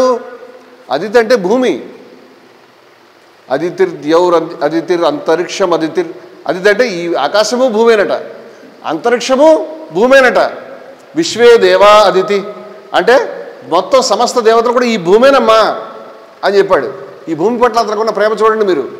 అంతేకాదు మాతా అదితి పితా అదితి సపుత్ర, అదే కొడుకు, అదే సంతానం. అంటే పుట్టిన వాళ్ళు కూడా భూమే. మనం అంతా కూడా భూమి పుత్రులమే కదా, మట్టి పుత్రులమే కదా. మన శరీరంలో మట్టే, మన తర్వాత మట్టిలోనే కలుస్తాం కదా. అదేవిధంగా అదే తల్లి, అదే తండ్రి, అదే కొడుకు. ఎంత గొప్ప మాటలు చెప్పారు చూడండి మీరు. అంతేకాదు జాతామదితిర్జన్మితం అంటే పుట్టింది కూడా భూమే, పుట్టింది భూమే, పుట్టించింది భూమే పుట్టించింది. ఏం మాటలు ఇవన్నీ కూడా, చాలా ఆశ్చర్యమైన మాటలు. అంటే ప్రకృతితో మనిషి ఈ విధంగా అనుసంధానం కావడం మన ధర్మంలో కనిపిస్తుంది. ఇంత అనుసంధానం ఎక్కడ కనిపించదు. బయట ధర్మాల్లో చాలా చోట్ల కనిపించేది అంటే మనిషి అతను తినాల్సినవి అతను తినకూడనివి, అతను ఉండాల్సినవి అతను ఉండకూడదు, అతను పైకి వెళ్తే వచ్చే స్వర్గం లేకపోతే. కానీ ఈ భూమితో నీకేమిటి అనేది ఏమీ లేదు. కానీ మనిషి భూమితో ఎంత మమేకం చెందాడంటే అధర్వణ వేదంలో నేను భూమి పుత్రుడిని అని ప్రకటించుకున్నాడు. ఔషధుల్ని పూర్వం తవ్వి తీసేటప్పుడు ప్రార్థన చేసేవారు, అమ్మా నీకు అపకారం కలిగిస్తున్నాను, కష్టం కలిగిస్తున్నాను అమ్మా, నువ్వు నన్ను క్షమించు, ఎందుకంటే తవ్వి తీస్తున్నాను అని. ఒకసారి కోసినటువంటిది తొందరగా నీ నుంచి రావాలి. నేను పంట కోసుకున్నాను కదా, చెట్టుకెళ్ళకి కోసుకున్నా కదా, ఎటువంటిది కోసుకోవాలంటే మళ్ళీ వెంటనే వచ్చేది కోసుకోవాలి, ఎప్పటికీ ఈ నరికేటువంటిది కాదు. మీరు అటవీ ప్రాంతంలో ఆదివాసులుగా ఉండేటువంటి చక్కటి పర్యావరణం ఉన్నటువంటి ప్రాంతంలో మా హైదరాబాద్లో అవన్నీ లేవుగా. అత్యంత కాలుష్య నగరం ఢిల్లీ. ఇవాళ రేపు హైదరాబాద్ కూడా ఆ కిరీటం వచ్చేస్తుంది, బెంగళూరు కూడా వచ్చేస్తుంది, మంచినీళ్ళు దొరకని పరిస్థితి వచ్చింది. మీ దగ్గర ఇంకా కొంచెం ప్రకృతి ఉంది, మళ్ళీ నాగరికత అక్కడ అడుగు పెడితే అక్కడ కూడా ధ్వంసం జరుగుతుంది. నాగరికత విలువలతో ఉన్న నాగరికత అయితే ధ్వంసం జరగదు, నాగరికత విలువలు లేని నాగరికత కాబట్టి అట్లా జరుగుతుంది. విలువల్ని మన దగ్గర పెట్టుకుని ఈ నాగరికతకు జోడించాల్సిన బాధ్యత మన మీద పడింది. ఇప్పుడు మీరు చూస్తే కనుక ఈ పర్యావరణ విధ్వంసం అనేటువంటి జరుగుతూ ఉంది మన చుట్టూ. అంటే ఈ పర్యావరణ విధ్వంసం మన మతంలో మన ధర్మంలో లేదు. అంతేకాదు ఆయన చెప్పాడు, నేను తవ్వుతుంటే అమ్మా భూమిని తవ్వకుండా పనులు అవుతాయా? ఓ బావి తవ్వుకోకుండా, ఇల్లు కట్టుకోవడానికి తవ్వుకోకుండా, మరి ఏ చెట్టు కొట్టకుండా మనం జీవిస్తున్నామా? ఖచ్చితంగా కొంత మనకు అవసరమే అవుతుంది. కానీ నేను కోసేటప్పుడు, నేను చేసేటప్పుడు అమ్మా నీకు ప్రాణావయవాలు, వైటల్ ఆర్గాన్స్ అంటామే, మనిషికి ఏముంటాయి? గుండె, మెదడు, లేకపోతే ఊపిరితిత్తులు, కాలేయము, ఈ కిడ్నీసు, ఇలా కొన్ని వీటిని వైటల్ ఆర్గాన్స్ అంటారు ఈ మన మెడికల్ పరిభాషలో. చెయ్యి పోతే ఈ మనిషి బతుకుతాడు, చెవి పోతే బతుకుతాడు, కానీ తల పోతే బతుకుతాడా? బతకలేడు. గుండె పోతే బతుకుతాడా? బతకలేడు. అలా భూమికి కూడా వైటల్ ఆర్గాన్స్. భూమి ఒక సజీవమైనటువంటి ఒక తల్లి మన దృష్టిలో. ఈ తల్లికి ఎంత నష్టం కలిగించవచ్చు? నష్టం కలిగించక తప్పట్లేదని అర్థమవుతోంది. తల్లి యొక్క స్తన్యం తాగే ఇతను పెరిగి పెద్దవాడు అవుతున్నాడు మరి. కానీ ఎంత నష్టం కలిగించంటే అమ్మా నేను తవ్వినప్పుడు నీ యొక్క ప్రాణ ఆధారమైనటువంటి అవయవాలకి నేను నష్టం కలగజేయకుండా ఉందునుగా. కానీ భూమి సూక్తంలో అధర్వణ వేదంలో మనకు చెప్పడం కనిపిస్తుంది. ఎంత ఆశ్చర్యం అండి! అంటే 1000 సంవత్సరాల క్రితమే ప్రాచీనుడు మనిషి, అప్పుడు ఇంత దరిద్రం లేదు, కానీ అప్పుడు కూడా ఈ భూమికి నష్టం కలిగించకూడదు అని. ఇవాళ ఎవరైనా ఆలోచిస్తున్నామా? ఎంత ఉందో అన్ని ఖనిజాలని తవ్వేసి బయట పోసేయాలి, ఏమి నాశనమైనా మనకు పర్వాలేదు, ఎంత నష్టం వచ్చినా పర్వాలేదు. అంచేత ఆధునికమైనటువంటి నాగరికత సమస్తం కూడా మన భూమిని వేడెక్కిచ్చేస్తున్నాం. బాధ భరించలేక ఏసీలు పెట్టుకుంటున్నాం. ఆ ఏసీల వల్ల ఇంకా వేడెక్కిపోతుంది. మనకు అవసరం లేదు, ముందర మన తరం గడిచిపోతే చాలండి. మన తరం కాదు, రాబోయేటువంటి తరాలు కూడా ఎలా ఉండాలో వాళ్ళు ఆలోచించారు. ఇవాళ మీరు ఈ పర్యావరణ విధ్వంసం గురించి మన ధర్మం ఆలోచించిందని మీరు అర్థం చేసుకున్న తర్వాత పర్యావరణం గురించి మనం అడుగు తీసి అడుగు వేసేటప్పుడు ఇది మా ధర్మం అంగీకరించదు, మా తల్లిని మేము బాధ పెట్టలేము, ఈ చెట్టు మా తల్లి, ఈ పుట్ట మా తల్లి, ఈ కొండ మా తల్లి, ఈ మట్టి మా తల్లి, సమస్తం మా తల్లి, మేము పుత్రులం భూమికి, దీన్ని నష్టపెట్టకూడదు అనేటువంటి అవగాహన మనలో వచ్చిన తర్వాత మీరు చూడండి. నేను ఇక్కడ భోజనం మనం చేస్తాము, వారు దానిపైన ఏమి రాశారు? అన్నమున పరిచక్షీత అని రాశారు కదా, చూసారా మీరు? అన్నమున నింద్యాత్, అన్నం బహుకుర్వీత, ఇవన్నీ కూడా ఉపనిషత్తు మాట్లాడండి. ఎక్కడ ఇవన్నీ కూడా అన్నముని నిందించరాదు, అన్నముని తిరస్కరించరాదు, నిరాకరించరాదు, అన్నముని వృధా చేయరాదు, అన్నముని మట్టిలో పోయరాదు, అన్నముని బహుకుర్వీత, ఎక్కువ చేయాలి, ఎక్కువ పంటలు చేయాలి. అన్నమే అన్నాన్ని తింటుందని రాశారండి ఉపనిషత్తులో. అన్నమే అన్నాన్ని తింటుందని. మనం అన్నం తినడం కాదు, మనం కూడా అన్నమే. మనం కూడా మళ్ళీ మట్టిలోకి వెళ్ళి కలుస్తాం, దాని నుంచి మొక్కలే వస్తాయి. అందుచేత ఈ ప్రకృతి యొక్క లింక్ చైన్ ఏదైతే ఉన్నదో దీంట్లో మనం భాగంగా ఉన్నటువంటి విషయాన్ని మన ప్రాచీనమైనటువంటి ఋషులు అర్థం చేసుకున్నారు. అందుకని మనం దేన్ని వృధా చేయకూడదు, దేనికి బాధ పెట్టకూడదు. మనం ఈ ప్రకృతిని సమస్తాన్ని కూడా మనం వేరేగా ఉన్నామని అనకూడదు. అలాగే మన ప్రాంతంలో ఉండేటువంటివి, నా చిన్నప్పుడు మా ప్రాంతంలో ఉండేటువంటి కాలువల్లో మేము స్నానాలు చేసేవాళ్ళం, అక్కడి నుంచి నీళ్లు తెచ్చుకునేవాళ్ళం. ఇప్పుడు నదుల్లో కూడా మనం అడుగు పెట్టలేనటువంటి ఘోరమైన పరిస్థితులు వచ్చినాయి. కాలువలంటే ఎప్పుడో డ్రైనేజీలు అయిపోయినాయి. ఇంకా మీ ప్రాంతాల్లో ఏ విధంగా ఉన్నాయో నాకు తెలియదు. ఎందుకంటే ఇక్కడంతా చెడిపోతుంటే ఎంతో కొంత డిగ్రీ అక్కడ కూడా మారింది, పరిస్థితులు మారకుండా ఏమి లేవు. ఇప్పుడు మన తల్లిని మనం సర్వనాశనం చేసాం. మన తల్లికి వైటల్ ఆర్గాన్స్ కట్ అవుతున్నాయా, ఏమి నష్టం కలుగుతుందో మనం పట్టించుకోవట్లేదు. కానీ పూర్వం అయితే ఈ మొత్తం సమస్త మధువాత రుతాయతే మధుక్షరంతి సింధవ. సింధవ అంటే నదులు, నీళ్లు మధురంగా ప్రవహించాలి, గాలి మధురంగా వీచాలి, వెలుతురు మధురంగా రావాలి, మధురత్వం వర్షించాలి.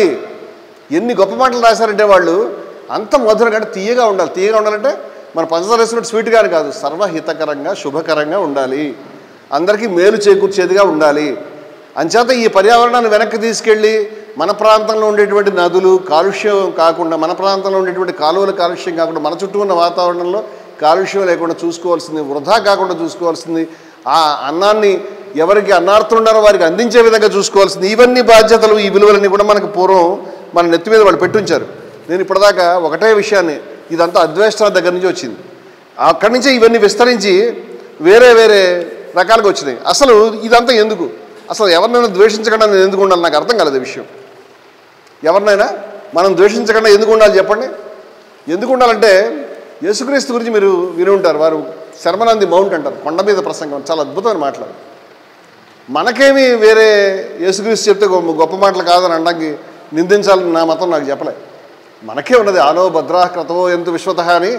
ఎక్కడ ప్రపంచంలో మంచి మంచి ఆలోచనలు జరుగుతున్నాయో, ఎక్కడ మంచి మంచి పనులు జరుగుతున్నాయో అవన్నీ మాకు చెందాలి, మా దాకా రావాలి అని ప్రాచీనులు కోరుకున్నారు. మంచి గాలి వస్తుంది, తలుపులు తెరవండి రావాలి అని.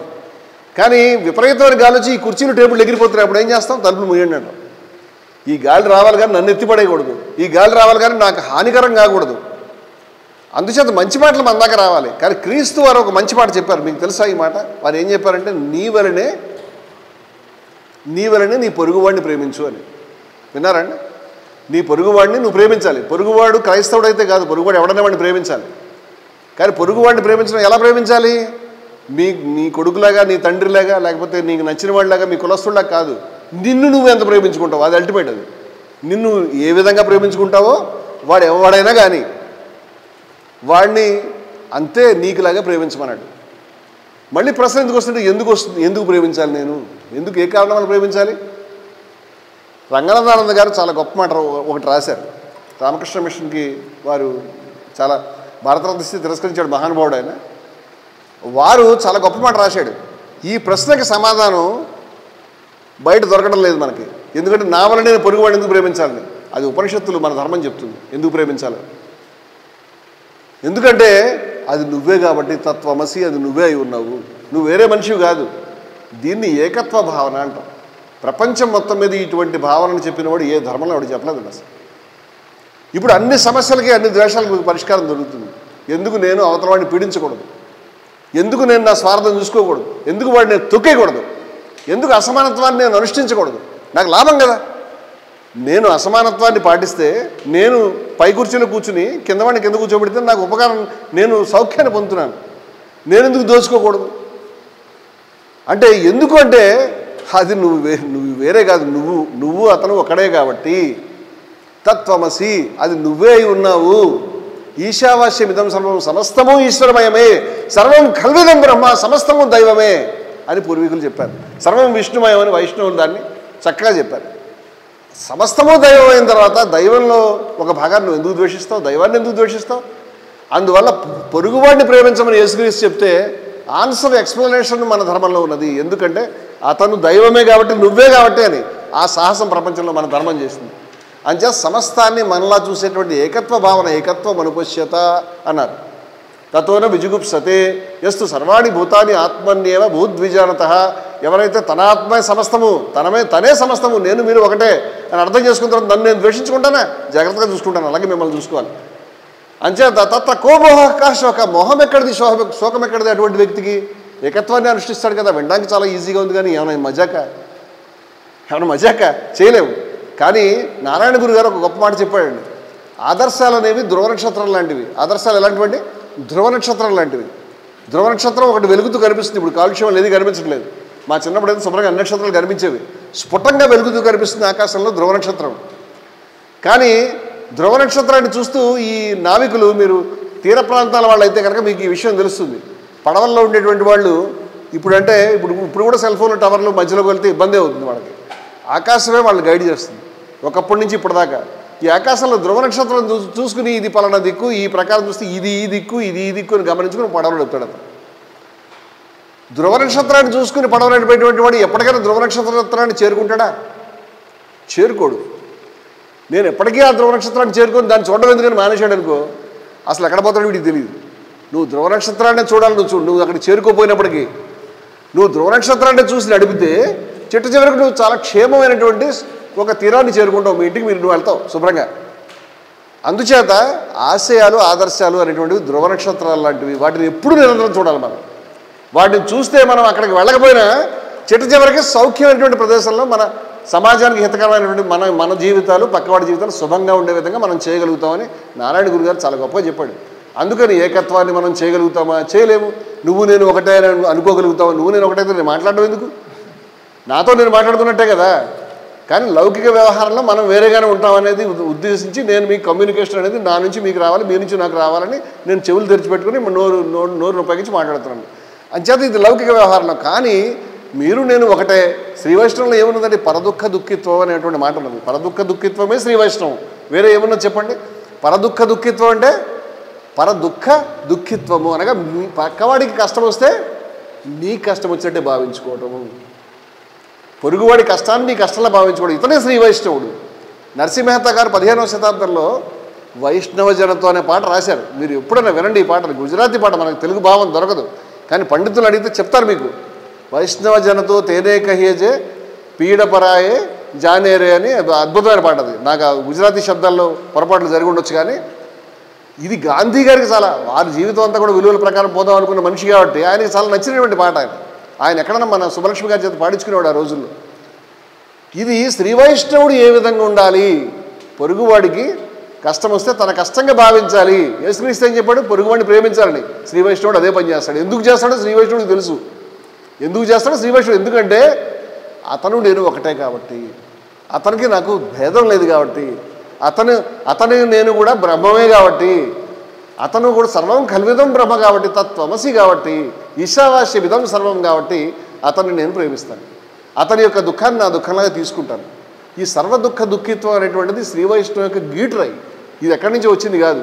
ఇది ఉపనిషత్తు యొక్క ప్రవాహమే, ధర్మం యొక్క ప్రవాహమే. ధర్మం యొక్క ప్రధానమైనటువంటి లక్షణం ధర్మం ఇది. అంచేత అనుష్ఠించగలుగుతామా? సాధ్యమేనా? సాధ్యం కాకపోవచ్చు, కానీ నిరంతరం స్మరించుకోవాలి. ఈ మాటలు స్మరించుకుంటే మన నడవడికని మనం దాన్ని బట్టి కొంత మార్చుకోవడానికి మనకు అవకాశం ఏర్పడుతుంది. అదేవిధంగా మిత్రులారా, ఇక ముఖ్యమైనటువంటి కొన్ని ప్రశ్నలు ఇక్కడ మనకు వస్తాయి. ఏమిటంటే ఇంకో ముఖ్యమైన లక్షణము సమానత్వం. ఇక్కడ సమానత్వం, ఈ సమానత్వం అనేటువంటి లక్షణము మన మతంలో లేదు అనే ఆరోపణ మన మీద ప్రముఖంగా తీవ్రంగా జరుగుతూ ఉంది. అంచేత ఈ మతాన్ని మెచ్చుకునే వాళ్ళు కూడా సమానత్వం మీ దగ్గర లేదు, మీ దగ్గర లేనిదే అది అని చెప్తున్నారు. మనం కూడా బయటకి కళ్ళు విప్పి చూస్తే చాలా చోట్ల మనకి వేల సంవత్సరాలుగా, కొన్ని చాలా చోట్ల అంటే జీవితంలో ప్రధానమైన భాగాల్లో అసమానత్వం కనిపిస్తూ ఉంది. కనిపించట్లేదు అంటే తప్పు అవుతుంది మనం. ఇప్పుడు మనం వేసుకోవాల్సిన ప్రశ్న, ఈ అసమానత్వం అనేది ఈ ధర్మం యొక్క ప్రధానమైన లక్షణమా? ఈ ధర్మం అసమానత్వాన్ని బోధిస్తున్నదా? మన అసమానులుగా ఉండాలని మన ప్రాచీనులు నిర్దేశించారా? నేను ఇందాక ఒక విషయాన్ని చెప్పాను మీకు. ధర్మంలో 2 విషయాలు ఉంటాయి అన్నాను. ఏమిటంటే శాశ్వతంగా నిలవలసినవి 2, ఆ కాలానికి ఏదో పనికొచ్చి పనికిరాక ఏదో వచ్చినటువంటి ప్రవాహంలో పనికిరాని విషయాలు ఉంటాయి, పోవాల్సినవే. ఇప్పుడు ఈ అసమానత్వం అనేది మన జీవితంలో బయటకు వస్తే కనిపిస్తూ ఉన్నది అనేది వాస్తవం. నేను ఆ వాస్తవాలను మాట్లాడే వ్యక్తిని కాదు, నన్ను క్షమించాలి. మన అందరం బయటకు వెళ్తే మనం అసమానులుగా ఉంటున్నాము. అసమానత్వం ప్రతి గంట ప్రతి పూట మనకు కనిపిస్తూ ఉన్నది. ఇప్పుడు ఈ అసమానత్వం ఉన్నది అంటే ఇది ధర్మం యొక్క ప్రధానమైన లక్షణంగా ఉన్నది అంటే ఈ ధర్మాన్ని నిందించాల్సిన పరిచయించాల్సిన పరిస్థితి వచ్చేది మనకు. ఇప్పుడు ఈ ధర్మం అంటే నన్ను క్షమించాలి, బయట మీకు ఎదురయ్యే నింద మీ ధర్మం మనుధర్మమే, హిందూ మతం అంటే మనుధర్మమే, హిందూ మతం అంటే అసమానత్వమే అంటూ ఉన్నారు. మనుస్మృతి అనేటువంటిది హిందూ మతంలో ఉన్నది. ఆ హిందూ మతంలో ఉన్నటువంటిది మనుస్మృతి ప్రతి వాళ్ళ ఇంట్లో ఉంటుందని రోజు దాని ప్రకారం నడుచుకుంటారో నాకు తెలియదు. ఎవరింట్లో ఉండడం నేను చూడలేదు ఇప్పటిదాకా. మీరు చూస్తే నాకు ఎప్పుడు నా దగ్గర మనుస్మృతి ఉన్నాయి కదా, స్కాలర్లు కాబట్టి దాన్ని స్టడీ చేసుకోవడం కొనుక్కుని 2-3 వెర్షన్స్ కొనుక్కుని స్టడీ చేసుకున్నాను తప్పితే వేరే దాని కాదు. మనుస్మృతిలో అది ఒరిజినల్ వెర్షనా కాదు దాని మీద చర్చ మేము విజయవిహారంలో ఉన్నప్పుడు దాని మీద చేసాం. అది ఒరిజినల్ కాదని చెప్పినటువంటి పెద్దలు ఉన్నారు, ఏమో నాకు తెలియదు. ఏమైనప్పటికీ ప్రాచుర్యం ఉన్నటువంటి విషయాల్లో చాలా ఘోరమైనటువంటి విషయాలు ఉన్నాయి. ఇప్పుడు దీన్ని మనం ఎలా తీసుకోవాలి, ఎలా చేద్దాము అనేది ఇక్కడ మనం వేసుకోవాల్సిన ఈ ప్రశ్నకు సమాధానం మీరు వెతకపోతే మీ ఊర్లో మీ ప్రాంతంలో భవానీ ప్రసాద్ గారు ఇక్కడ మొట్టమొదటి గంటలో నేను విన్నప్పుడు వారి నోట్లో వచ్చిన 2 మాటలలో మీకు ఎదురయ్యేటువంటి ప్రమాదాన్ని మీరు దాన్ని ఎదుర్కోలేరు. ఇప్పుడు నేను దీని లోతుకు వెళ్ళి పరిశీలించుకున్న తర్వాత నాకు అర్థమైన విషయం ఏంటంటే ఇది ఉన్నది కానీ ఇది ధర్మం యొక్క ప్రధానమైనటువంటి లక్షణం కానే కాదు, ఇది ధర్మం యొక్క లక్షణం కూడా కాదు. అందుచేత ధైర్యంగా మేము Hindus for plurality and equality అనే సంస్థ నడుపుకుంటే అక్కడ నేను చెప్తున్నాను ఈ మాటని. ఎందుకంటే ప్రాచీనమైనటువంటి ఋగ్వేదంలో సమానత్వ సూక్తాన్ని చెప్పారు. అది మీకు వారు నేర్పించి ఉంటారు, లేకపోతే మీరు ఖచ్చితంగా తెలుసుకోండి. మనందరి ఆశయాలు సమాన సంగచ్చత్వం, సంవదత్వం, సమూహ మనాంసి జానతం ఇటువంటి అద్భుతమైనటువంటి చిట్ట సూక్తమే. అది చిట్ట పెట్టడంలో కూడా మీనింగ్ ఉంది. దీనికి ఇది ఖచ్చితంగా మర్చిపోకూడదనే ఉద్దేశంతో క్లైమాక్స్ కింద పెట్టారు దాన్ని. ఈ సమానత్వ సూక్తం మనం అందరం సమానంగా ఉండాలి, మన ఆశయాలు సమానంగా ఉండాలి, మనకు వచ్చేటువంటి ఫలితాలు సమానంగా ఉండాలి, ఇది సమితి అందరిది, ఈ మీటింగ్ అందరిది, దీంట్లో భావాలు అందరివి, ఈ జ్ఞానయజ్ఞం అందరిది, దీంట్లో ఫలాలు అందరికీ సమానంగా చెందాలి అని చెప్పారు. మొట్టమొదటి రోజు మీరు మాట్లాడుతూ ఏమని చెప్పారంటే ఇక్కడ ఈ మొత్తం వారు చెప్పారు చర్చగా జరగాలి తప్పితే ఇది 1 సైడ్ వెర్షన్గా జరగకూడదన్నారు. అదే నేను మాట్లాడడం అయిన తర్వాత కూడా నేను మాట్లాడిన దాంట్లో అభ్యంతరకరమైన విషయాలు ఉంటే దాన్ని ప్రస్తావించండి, లేదా క్లారిఫికేషన్స్ తీసుకోవాలన్నా, నాకేమైనా నేర్పించాలన్నా నేను నేర్చుకోవడం కన్నా మీరు నేర్చుకోవడం కన్నా దాన్ని మనం మాట్లాడుకుందాం. దాన్ని అదే ఆ డైలాగ్ పద్ధతే ఉండాలి మనకి ఎప్పుడు కూడా. ఇది మొట్టమొదటి రోజు చూసి నేను సంతోషించాను. ఇదేం 1 సైడ్ వెర్షన్ కాదు, ఇది 2 పక్కల 2 సైడ్ ట్రాఫిక్ పెట్టారు. చాలా గొప్ప సిస్టంతో ప్రసాద్ గారు ఎప్పుడు చేసినా సక్రమంగా అద్భుతంగా చేస్తారని నాకు మొదటి నుంచి వారు కనిపించినప్పటి నుంచి అనిపించింది. ఇవాళ నేను కళ్ళతో చూస్తూ ఉన్నాను. అయితే ఇక్కడ ఈ సమానత్వం అనేటువంటిది ఉన్నదా లేదంటే సమానత్వ సూక్తం ఒకటే కాదండి. నేను ఆశ్చర్యమైన విషయం చెప్తాను మీకు. భగవద్గీతలో స్వయంగా పేర్కొన్నారు. శ్రీమద్ రామానుజులు పైకి ఎక్కిన తర్వాత అష్టాక్షరి మంత్రాన్ని వేలాది మందికి నేర్పించడానికి సాహసం వారు చేశారంటే, ఆ రోజు అవసరమైతే నరకానికి వెళ్తారని వారి నిర్భయత్వాన్ని చాటారంటే, ఆ సమానత్వం అనేటువంటిది ఉన్నది ఈ ధర్మంలో అనేటువంటిది అప్పటికే వారికి దాని పట్ల స్పష్టమైనటువంటి అవగాహన కానీ పట్టుదల నిశ్చయం కానీ వారికి కలిగి ఉండాలని నేను అనుకుంటున్నాను. మహానుభావుడు ఆయన, కలకండ ఉండడం సాధ్యం కాదు. మీరు భగవద్గీతలో చూస్తే మీకు విషయాలు చెప్పింది ఏమిటంటే, మీరు చాలా సుప్రసిద్ధమైన శ్లోకం ఇది. మీరు కనుక చూస్తే కనుక విద్యా వినయ సంపన్నే బ్రాహ్మణే గవిహస్తిని అనేటువంటి శ్లోకం మీకు కనిపిస్తుంది. ఇప్పుడు బ్రాహ్మణుల గురించి చెప్పారు. బ్రాహ్మణులు మనం మామూలుగా వింటాం, బ్రాహ్మణులు చాలా మంచివాళ్ళు.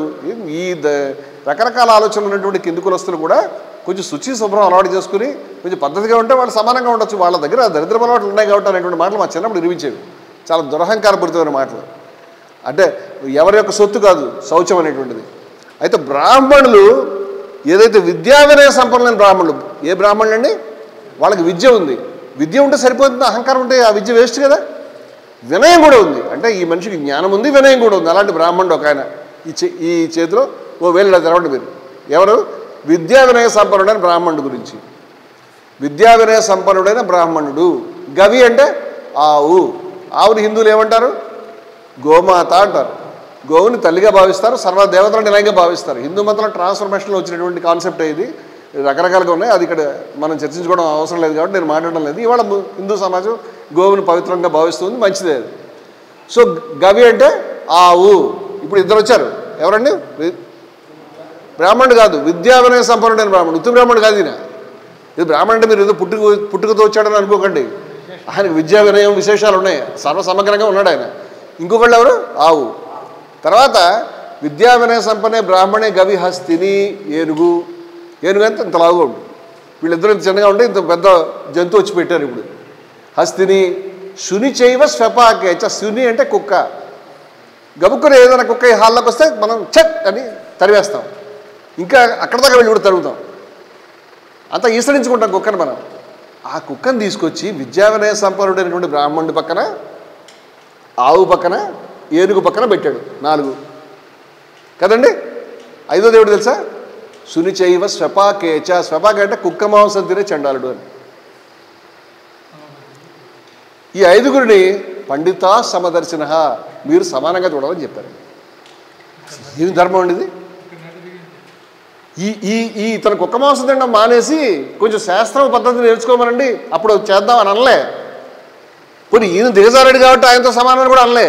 ఆయన కుక్క మాంసమే తింటాడు, ఈయన విద్యావినయ సంపన్నుడుగానే ఉన్నాడు, కానీ ఇద్దరు సమానం. ఇది ఆవు, అది కుక్క, 2 సమానమే. ఏనుగు కూడా సమానమే. ఎంత ఆశ్చర్యం! దీని అర్థం ఏంటంటే ఈ 5 అని కాదు, సమస్త సృష్టి సమానమే అని. ఈశావాస్య విధం సర్వం అని, వేరే ఏమి లేదు దీంట్లో. ఇలా చెప్పి ఊరుకున్నారా అంటే ఆశ్చర్యమైన విషయం చెప్తాను మీకు. దీని తర్వాత శ్లోకం ఇంకా తీవ్రమైనటువంటిది. నేను ఇంత తీవ్రమైన శ్లోకం ప్రపంచంలో ఆధ్యాత్మిక సాహిత్యంలో ఉన్నదా అనుకుంటున్నాను. అదేమిటంటే ఈ హైవతైర్జిత స్వర్గో. స్వర్గం అంటే స్వర్గము అని. స్వర్గాన్ని మీరు జయించవచ్చు, అందుకోవచ్చు. స్వర్గమే కదండి అందరికి కావాలి, స్వర్గమే కదా. అందుకోవచ్చు స్వర్గాన్ని. ఎక్కడ అందుకోవచ్చు, ఎప్పుడు అందుకోవచ్చు? ఈ హైవా, ఇక్కడే. ఈ హైవా అనే మాటకు అర్థం ఇక్కడ, ఈ క్షణం. ఈ భూమి మీద కాదు, ఈ మీటింగ్ నడుస్తున్నప్పుడు ఇక్కడ, ఈ క్షణం, ఈ సమయంలో మనం మాట్లాడుకుంటాం కదా, ఇప్పుడు మీరు స్వర్గాన్ని అందుకోవచ్చు అని చెప్పాడు. ఇది తప్పితే వేరే అర్థం లేదు. ఇహ అంటే అర్థం అదే. ఇహైవ అంటే ఈ క్షణంలో, ఈ సెకండ్లో నువ్వు స్వర్గాన్ని అందుకోవచ్చు, ఇలా పట్టేసుకోవచ్చు. దానికి ఏమి ప్రదక్షిణలు చేయక్కర్లేదు. దాంట్లో షార్ట్ కట్స్ ఉంటాయి కదా, ప్రతిసారి ఉంటాయి.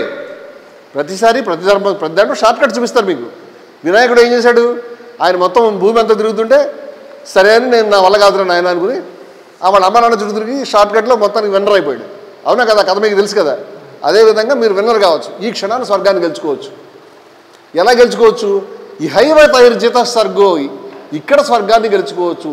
ఏంటి? ఏషాం సామ్య స్థితం మనః. ఇటువంటి సమదృష్టి. ఎటువంటిది? విద్యావినయ సంపన్నుడైన బ్రాహ్మణుడిని, ఏనుగుని, ఆవుని, కుక్కని, చండాలుని సమానంగా చూసే దృష్టి. ఏషాం సామ్య స్థితం మనః. అటువంటిది మీ మనసులో ఉంటే ఈ క్షణాన్ని నువ్వు స్వర్గం అందుకున్నట్టే, అయిపోయింది, ఇంకేమక్కర్లే. అంటే సమానత్వాన్ని ఎక్కడ దాకా తీసుకెళ్లారు? స్వర్గాన్ని దైవానంద కూడా తీసుకెళ్లారు. ఎందుకు అలా చెప్తున్నావు, తప్పు చెప్తున్నావేమో అని ఎవడన్నా అనుకోకుండా కింద 2 మాటలు రాశారు. నిర్దోషం హి సమం బ్రహ్మ. అంటే బ్రహ్మం, దైవత్వం అనేది ఏదైతే ఉన్నదో దానికి 2 లక్షణాలు ఉన్నాయి. ఒకటి నిర్దోషం, దోషరహితమైనది. బ్రహ్మంలో ఎటువంటి దోషం లేదు, నువ్వు ఊహించక్కర్లేదు. ఇంకో లక్షణం సమం, సమానత్వమే ఉన్నది. అంటే దైవం అని చెప్పే దాంట్లో ఏమున్నదండి? సమానత్వమే ఉన్నది. నిర్దోషం హి సమం బ్రహ్మ తస్మాత్ తే బ్రహ్మణి స్థితా. ఎందుకంటే ఈ సమానత్వాన్ని వాళ్ళు అనుష్ఠిస్తారు. యశాం సామ్య స్థితం అని అన్నాడు కదా. ఎవరైతే ఈ సమానత్వాన్ని మనసులో పెట్టుకున్నారో వాళ్ళు, సమానత్వాన్ని అందుకున్నటువంటి వాళ్ళు, దేవుళ్ళలో కూడా సమానత్వమే ఉంది కాబట్టి, బ్రహ్మంలో కూడా సమానత్వమే ఉంది కాబట్టి, స్వర్గంలో కూడా సమానం. అదే సమానం. నువ్వు ఏదైనా చెప్పు, స్వర్గం, బ్రహ్మ ఏ పేరుని పెట్టుకో, ఏ సాంప్రదాయాలు రకరకాలు ఉన్నాయి. నువ్వు గనక ఇది అనుకుంటే ఈ క్షణాన్ని స్వర్గాన్ని అందుకోవచ్చు అని ఎందుకు చెప్తున్నావు అంటే ఇది అదే కాబట్టి, ఇది సమానత్వమే కాబట్టి. తస్మాత్ తే, అందువల్ల, తే వాళ్ళు బ్రహ్మణి స్థిత, బ్రహ్మం ఎందుకు ఉంటున్నారా యా బాబు అంటూ చెప్తున్నాడు. ఈ క్షణాన్ని నువ్వు సమానత్వాన్ని అనుష్ఠించు, ఈ క్షణాన్ని నువ్వు స్వర్గానికి కడతావని ఒకటే ఒక స్ట్రైట్లో తుపాకి పేల్చట్టు చెప్పాడు. నేను అడిగితే ప్రపంచంలో ఏ మతమైనా ఎవరైనా సమానత్వంగా ఉండండి అని చెప్పారు. చెప్పలేరు అంటలే, పరిమితులు ఏమైనా కానీ ఉండవు, ఓ సూత్రం అందరూ చెప్తారు. కానీ సమానత్వాన్ని దైవానికి, సమానత్వాన్ని స్వర్గానికి సమానం చేసినటువంటి వాడి ప్రపంచంలో ఎవడు లేడు, ఒక్క హిందూ తప్ప. ఇప్పుడు దీన్ని డిఎన్ఏ అందామా, దీన్ని ప్రధానమైన లక్షణం అందామా, లేకపోతే ఇది మధ్యలో వచ్చి ఆ సమానత్వం కొన్ని ఉన్నాయి కానీ అసమానత్వమే ప్రధానం, మనుధర్మమే ప్రధానం అందామా అని అడుగుతున్నాను నేను. అందుచేత ఈ సూత్రం మీరు దగ్గర పెట్టుకోండి, ఈ సూత్రాన్ని దగ్గర పెట్టుకోండి, సమానత్వ సూత్రాన్ని దగ్గర పెట్టుకోండి, నిర్దోషం ఈ సమం బ్రహ్మ అనేటువంటి దాన్ని దగ్గర పెట్టుకోండి, యశాం సామ్య దాన్ని దగ్గర పెట్టుకోండి, విద్యావినయ దాన్ని దగ్గర పెట్టుకోండి. ఈ సూత్రాలను దగ్గర పెట్టుకుని ఏవైతే ఉన్నాయో వాటిని తిరస్కరించండి. ఇది మా ధర్మం కాదు. నో, మాకు చెప్పబడలేదు, నీకు తెలియదు ఆ విషయం. నీ ధర్మంలో 1000 చూపిస్తాం, మధ్యలో కొట్టుకొచ్చిన వాడిని లేదా మొదటి నుంచి ఉన్నాయి మాకు తెలియదు, నువ్వు తెలుసుకో. మీ ఇల్లు క్లీన్ చేసుకో, మా ఇల్లు మేము క్లీన్ చేసుకుంటాం, ఇదిగో మా ఇల్లు క్లీన్ చేసుకోవడానికి మాకు స్పష్టమైనటువంటి మార్గనిర్దేశకత్వం మాకు ప్రాచీన శాస్త్రాల ద్వారా మా యొక్క సంప్రదాయం మాకు అంది ఉన్నది. అందువల్ల ఈ ధర్మాన్ని క్లీన్ చేసుకోవడానికి సరిపడినటువంటి సాధనాలు విలువలు ఈ ధర్మంలో ఉన్నాయి అనేటువంటి అవగాహనతో నేనున్నాను.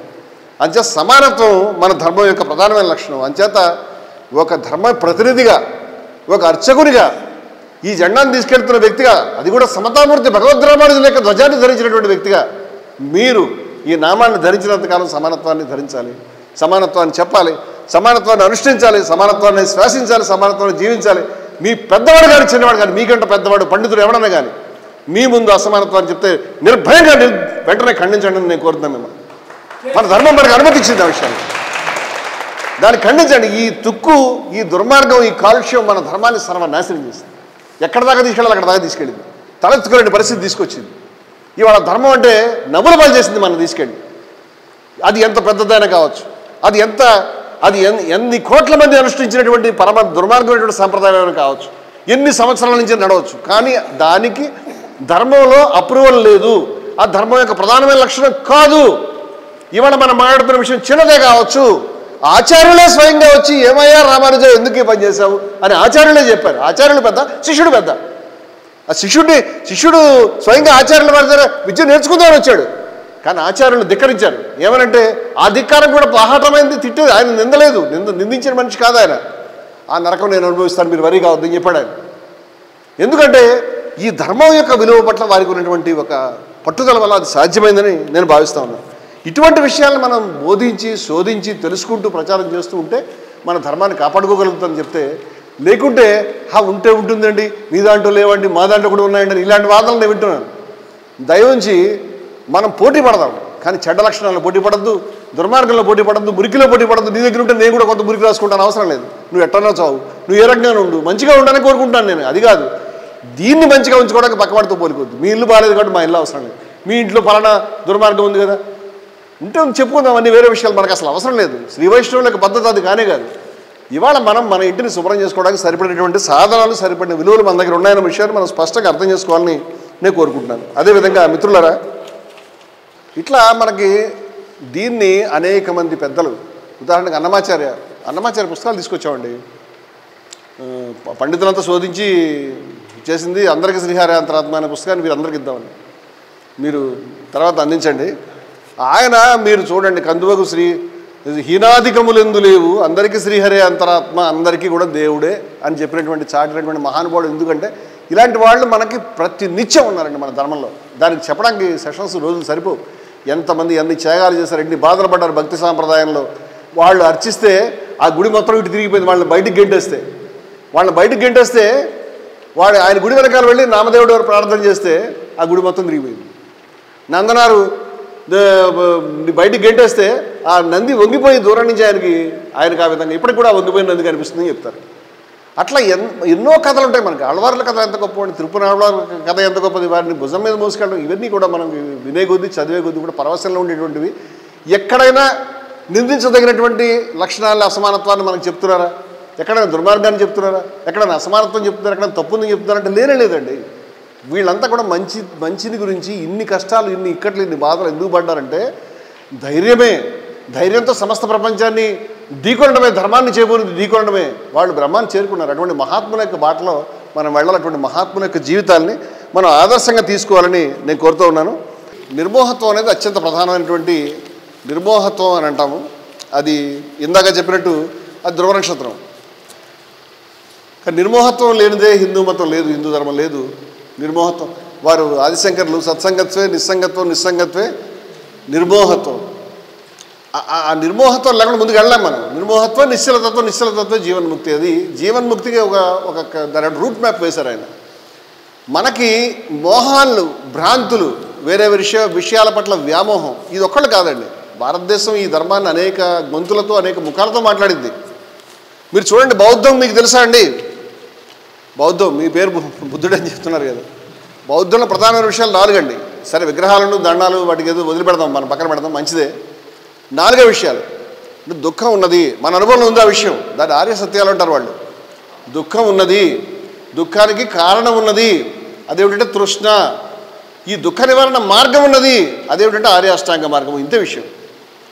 సో ప్రపంచంలో ఉన్నటువంటి బాధలు, క్లేశాలు, కష్టాలు ఏవైతే ఉన్నాయో దాన్ని ఎవరి భాషలో వాళ్ళు చెప్తారు కదా.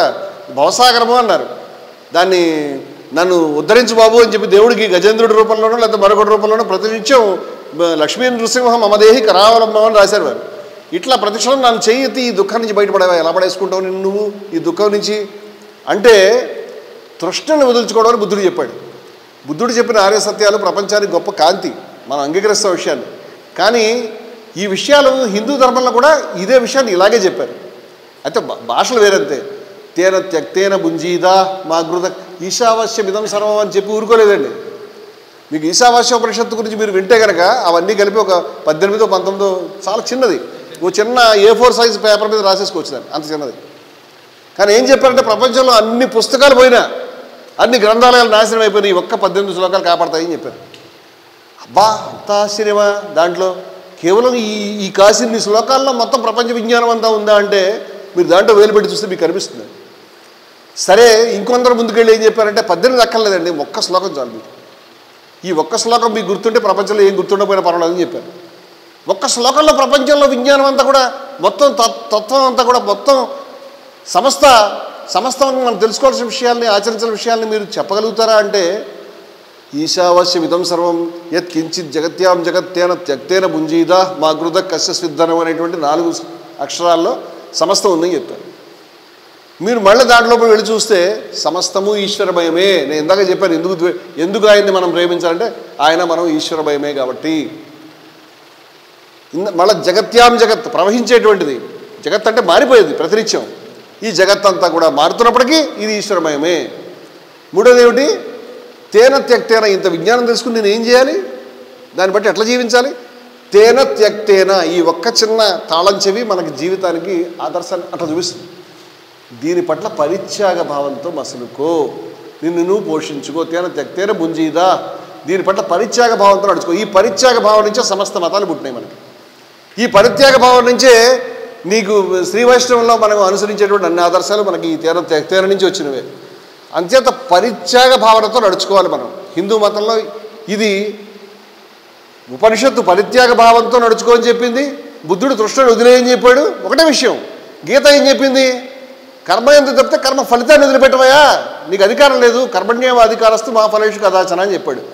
ఈ కర్మ ఫలితాన్ని వదిలేయమన్నా, తృష్ణను వదిలేయమన్నా, దాని పట్ల పరిత్యాగ భావనతో నడుచుకోమన్నా ఒకటే విషయాన్ని అనేక గొంతులతో భారతదేశంలో మాట్లాడారని చెప్తే వేరే ఏం చెప్పడానికి ఏమి లేదు. ఒక సబ్జెక్ట్ అదే. అందుచేత మీరు పరిత్యాగ భావంతో నడుచుకుంటే మీరు చాలా గొప్ప హిందువు, చాలా గొప్ప శ్రీ వైష్ణవులు, చాలా గొప్ప బౌద్ధులు, చాలా గొప్ప ప్రాచీన ధర్మాన్ని అనుష్ఠిస్తున్నారని మీకు సర్టిఫికేట్ ఇచ్చేయచ్చు.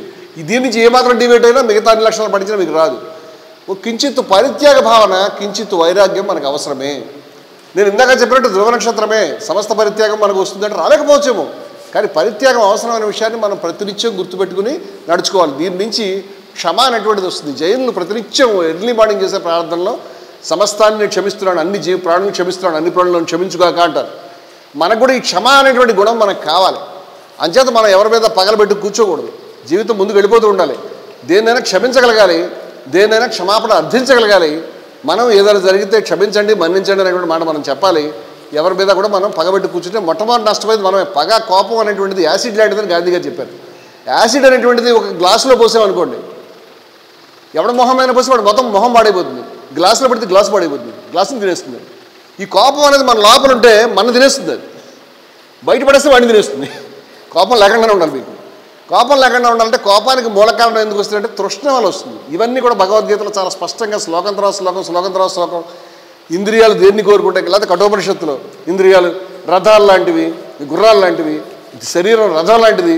అయితే ఇంద్రియ విషయాలనేవి వాటి పట్ల మనసు పరిగెడుతూ ఉంటుంది, వాటిని వెనక్కి కళ్ళెం పెట్టి లాగు అని చెప్తూ ఉన్నారు. మనకి పరిత్యాగ భావన అనేటువంటిది స్వయం నియంత్రణ ద్వారా వస్తుంది. స్వయం నియంత్రణ మనకు కావాలి. స్వయం నియంత్రణ లేనిదే మనం అర్చకులు కాదు, మానవులు కూడా అర్హులు కాకుండా పోతాం. స్వయం నియంత్రణ అంటే అనేక విషయాల పట్ల మనకి ఇంద్రియాల పట్ల ప్రభుత్వం కావాలి. విభుత్వాంచ సర్వత్ర సర్వేంద్రియాణం అని వారు ఆత్మ షష్టకంలో చెప్పారు. ఇప్పుడు విభుత్వాంచ సర్వత్ర సర్వేంద్రియాలు, అన్ని ఇంద్రియాల పట్ల ప్రభువు కావాలి. కుక్క తోక నూపాలి కానీ తోక కుక్క నూపకూడదు. ఇప్పుడు మనకి ఇంద్రియాల మీద చేసేటువంటి డ్యాన్స్ ఏదైతే ఉందో అవి మనల్ని ఊపేస్తున్నాయి. నేను అది తినలేను, అబ్బా నా వల్ల కాదు, నేను ఇక్కడ ఉండలేను, నేను పడుకోలేను, నేను రాలేను, నేను నుంచోలేను, నేను కూర్చోలేను, నేను ఎక్కడ దాకా వెళ్ళలేను, ఈ లేను నో అనేటువంటి మాట ధార్మికుడి నోట రాకూడదు. మనం ఏదైనా చేయగలుగుతాం. ఎందుకంటే చేయలేనిది తినలేనిది ఎవరంటే నాలిక. నేను అది తినలేను. ఇప్పుడు వారు ఏం చెప్తారు, ఆరోగ్యానికి కావడానికి మీకు మంచిగా కొన్ని మంచి ఆరోగ్యాన్ని దేహపటుత్వం కాపాడుకోవడం, అది కూడా దేహపటుత్వాన్ని కాపాడుకోవడం చాలా ముఖ్యమైన విషయం అండి. ఇది లౌకికమైన విషయం చెప్పకపోతే మనం నష్టపోతాము. ఈ దేహపటుత్వాన్ని కాపాడుకోవడం, ఫిజికల్ ఫిట్నెస్ ఎలా కాపాడుకుంటారు మీరు? ఫిజికల్ ఫిట్నెస్ మనకు వచ్చే సమస్యలు ఏమిటి? అర్చకులకి కొన్ని చాలా కఠినమైనటువంటి నియమబద్ధమైన జీవనం ఉంటుంది. అందువల్ల ఏమవుతుందంటే వారు పొద్దున్నే మీరు పని ప్రారంభిస్తారు, 4 గంటలకు 5 గంటల నుంచి షెడ్యూల్ స్టార్ట్ అయిపోతుంది. వారు ఏమేమి చేయాలో మీ ముందు అన్నీ పెట్టి చెప్పారు. అప్పటి నుంచి మీకు పూజ అయ్యేదాకా తినకూడనటువంటి పద్ధతులు కూడా కొన్ని ఉంటాయి. అందువల్ల యాసిడిటీ అనేది ఒకటి వస్తుంది. చాలా కాలం ఎంప్టీ స్టమక్తో ఉంటారు. సరైనటువంటి నిద్ర మీరు పొద్దున్న లేవాలి కదా అని ఇంట్లో వాళ్ళంతా మీ పట్ల దయగా ఉండరు, వాళ్ళు క్రూరంగా ఉంటారు. వాళ్ళు సెల్ ఫోన్లను టీవీలు వెలిగిస్తూ ఉంటారు. మీరు పడుకోవడానికి వాళ్ళు మీకు అవకాశం ఇవ్వరు. మీరు 12 గంటల దాకా వాళ్ళ గురించి వాళ్ళ శబ్దాలు చెవిలో పడుతున్నాయి కాబట్టి మీరు మెలకుగా ఉంటారు. మార్నింగ్ లేచిపోతారు, మీకు నిద్ర తక్కువ అవుతుంది. మీకు భోజనం అనేది వాళ్ళు తింటుంటే నాకు పూజ అర్చన అయిన తర్వాత తింటాను ఆయన అని చెప్తారు. అందువల్ల చాలామందికి వచ్చే సమస్య యాసిడిటీ వస్తుంది. అదే కాకుండా ఈ కాలుష్యభరితమైనటువంటి ఈ అగరత్తులు ఈ సమస్యల వల్ల కొంతమందికి రకరకాల క్యాన్సర్ లాంటి సమస్యలు కూడా వస్తున్నాయి. ఇది చూస్తున్నాం మనం. ఎందుకంటే చాలా క్లోజ్డ్గా ఉండేటువంటి దైవ సాన్నిధ్యంలో వీళ్ళు కాలుష్యభరితమైనటువంటివి ఉత్పత్తి చేస్తారు. మన కర్మ ఇదంతా కూడా. సుగంధాన్ని మంచిని తేమంటే వాడు అగరబత్తి కంపెనీ కూడా మనకు చేస్తున్నటువంటి కెమికల్స్ వల్ల చాలామందికి సమస్యలు వస్తున్నాయి. ఇవన్నీ వస్తున్నాయి కదా అంటే మనం వాటిని నివారించుకోవడానికి తగ్గించుకోవడానికి ప్రయత్నం చేస్తాం. కానీ మనం నాకు యాసిడిటీ వస్తుందని తినలేం కదా. అందుచేత మార్గాంతరాలని ఉపాయాలని మీరు మీ జీవన విధానంలో తెచ్చుకోవాలి. మీకు వెనకాల మందుల వెనకాల పరిగెట్టడం కాకుండా మొట్టమొదటి నుంచి కూడా న్యాచురల్ యాంటాసిడ్స్, అరటిపళ్ళు మనకి ఈ పూజలో అర్చనలో ఉండేటువంటివే. రోజు అరటిపళ్ళు తీసుకోవాలని నియమం అనేది అలౌ చేస్తాను. నేను అలౌ చేయదు కాబట్టి నేను చెప్తున్నాను. మజ్జిగ తీసుకోవచ్చు, పాలు తీసుకోవచ్చు, వీటి మీద ఎవరికి నియమాలు వాడుకుంటే మీ నియమాలు అనుమతించిన మేరకి మీ శరీరంలో యాంటాసిడ్స్ పెడుతున్నాయా, పటిష్టమైన భోజనం వెళుతుందా, మనం తినే దాంట్లో ప్రోటీన్స్, మాంసకృతులు అంటే దేన్ని చంపడం అని కాదు. మీకు పప్పులో కూడా మాంసకృతులనే అంటారు మన తెలుగులో కూడా, ప్రోటీన్ అంటారు. ఇవి మన సరైనటువంటి భోజనం. మన దేహాన్ని మనం మెయింటైన్ చేసుకోవడానికి 2 విషయాలు కావాలి. సక్రమమైనటువంటి ఇంటేక్ కావాలి, సరైనటువంటి ఎక్సర్సైజ్ కావాలి. ఈ సక్రమైన ఎక్సర్సైజ్ ఏ విధంగా చేసుకోవాలనేది వారి యోగాల ద్వారా, ప్రాణాయామం ద్వారా మీరు నేర్చుకుంటారు. మీరు 10 మందికి నేర్పిస్తారు కూడా. మంచి యోగా కేంద్రం, మేము ఇక్కడ ఈ సంకీర్తన మండలి గురించి ఆలోచిస్తుంటే స్వామివారు ఖచ్చితంగా ఈ ఫిజికల్ ఎక్సర్సైజులు వాటి గురించి వారు చెప్పారు. ఎందుకంటే వారికి అవగాహన ఉంది కాబట్టి. స్వామివారు కఠినమైనటువంటి నేను ఇక్కడ నేను నియమాలను అనుసరిస్తాను, నేను విని నిర్ఘాంతపోయినాను. అది మనకు ఆదర్శం. మనం అందరికీ కూడా మన దేహాలని పోషించుకోవడానికి చాలా పర్ఫెక్ట్ బాడీ మెయింటెనెన్స్ చేసుకోవడానికి మనం తిప్పలు పడాలి. మన కఠినమైన నియమాలు ఆలోచించడానికి మీరు అవసరమైనటువంటి చర్యలు మీరు తీసుకుంటే వీటి నుంచి సునాయాసంగా తప్పుకుంటూ హాయిగా ప్రకృతి పరంగా చక్కగా జీవిస్తూ మీరు దాన్ని ఏమంటారంటే ఆసుపత్రులు ఆరోగ్యమే మహాభాగ్యం అనేటువంటిది మన సూత్రం.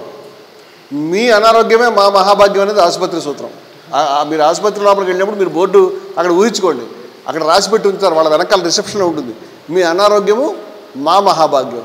మీరు మళ్ళీ కూడా అనారోగ్యం పాలవ్వాలని వాళ్ళు కోరుకుంటారు. అందుకని మీ ఆరోగ్యం మీద మీరు శ్రద్ధ తీసుకోవాల్సింది మీరు ఒక్కళ్ళే. మీరే ఆలోచించుకోవాలి ఈ విషయాన్ని. అందుచేత మీరు తినే ఆహారము, మీరు తినేటువంటి మీ యొక్క విషయాల మీద మీరు ఒక పద్ధతిగా చర్చించుకుని మాట్లాడుకుని సరైనటువంటి క్రమశిక్షణతో సరైనటువంటి ఎక్సర్సైజ్ చేసుకుంటూ సరైనటువంటి ఇంటేక్తో బాడీ ఫిట్నెస్ని సక్రమంగా మీరు మెయింటైన్ చేసుకోవాలండి. ఇట్లాంటి అనేకమైనటువంటి ఆదర్శాలు మనకు ఉన్నాయి.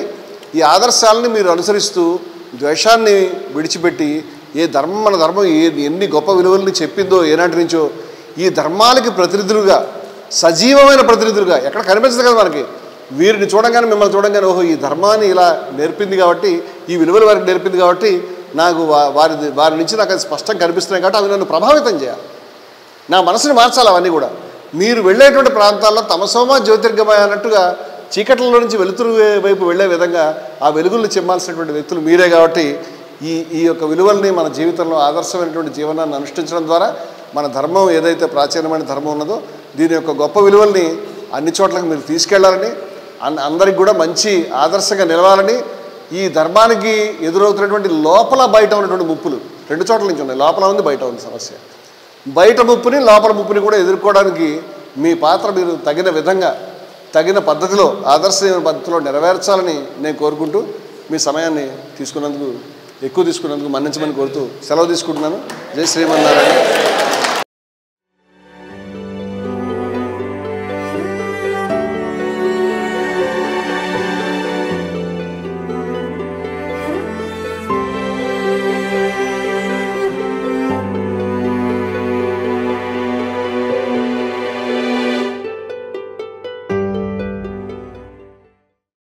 మీ ఆలోచనల్ని మరింత సంపద్వంతం చేయగల ఈ పుస్తకాల్ని మీరు చదివారా?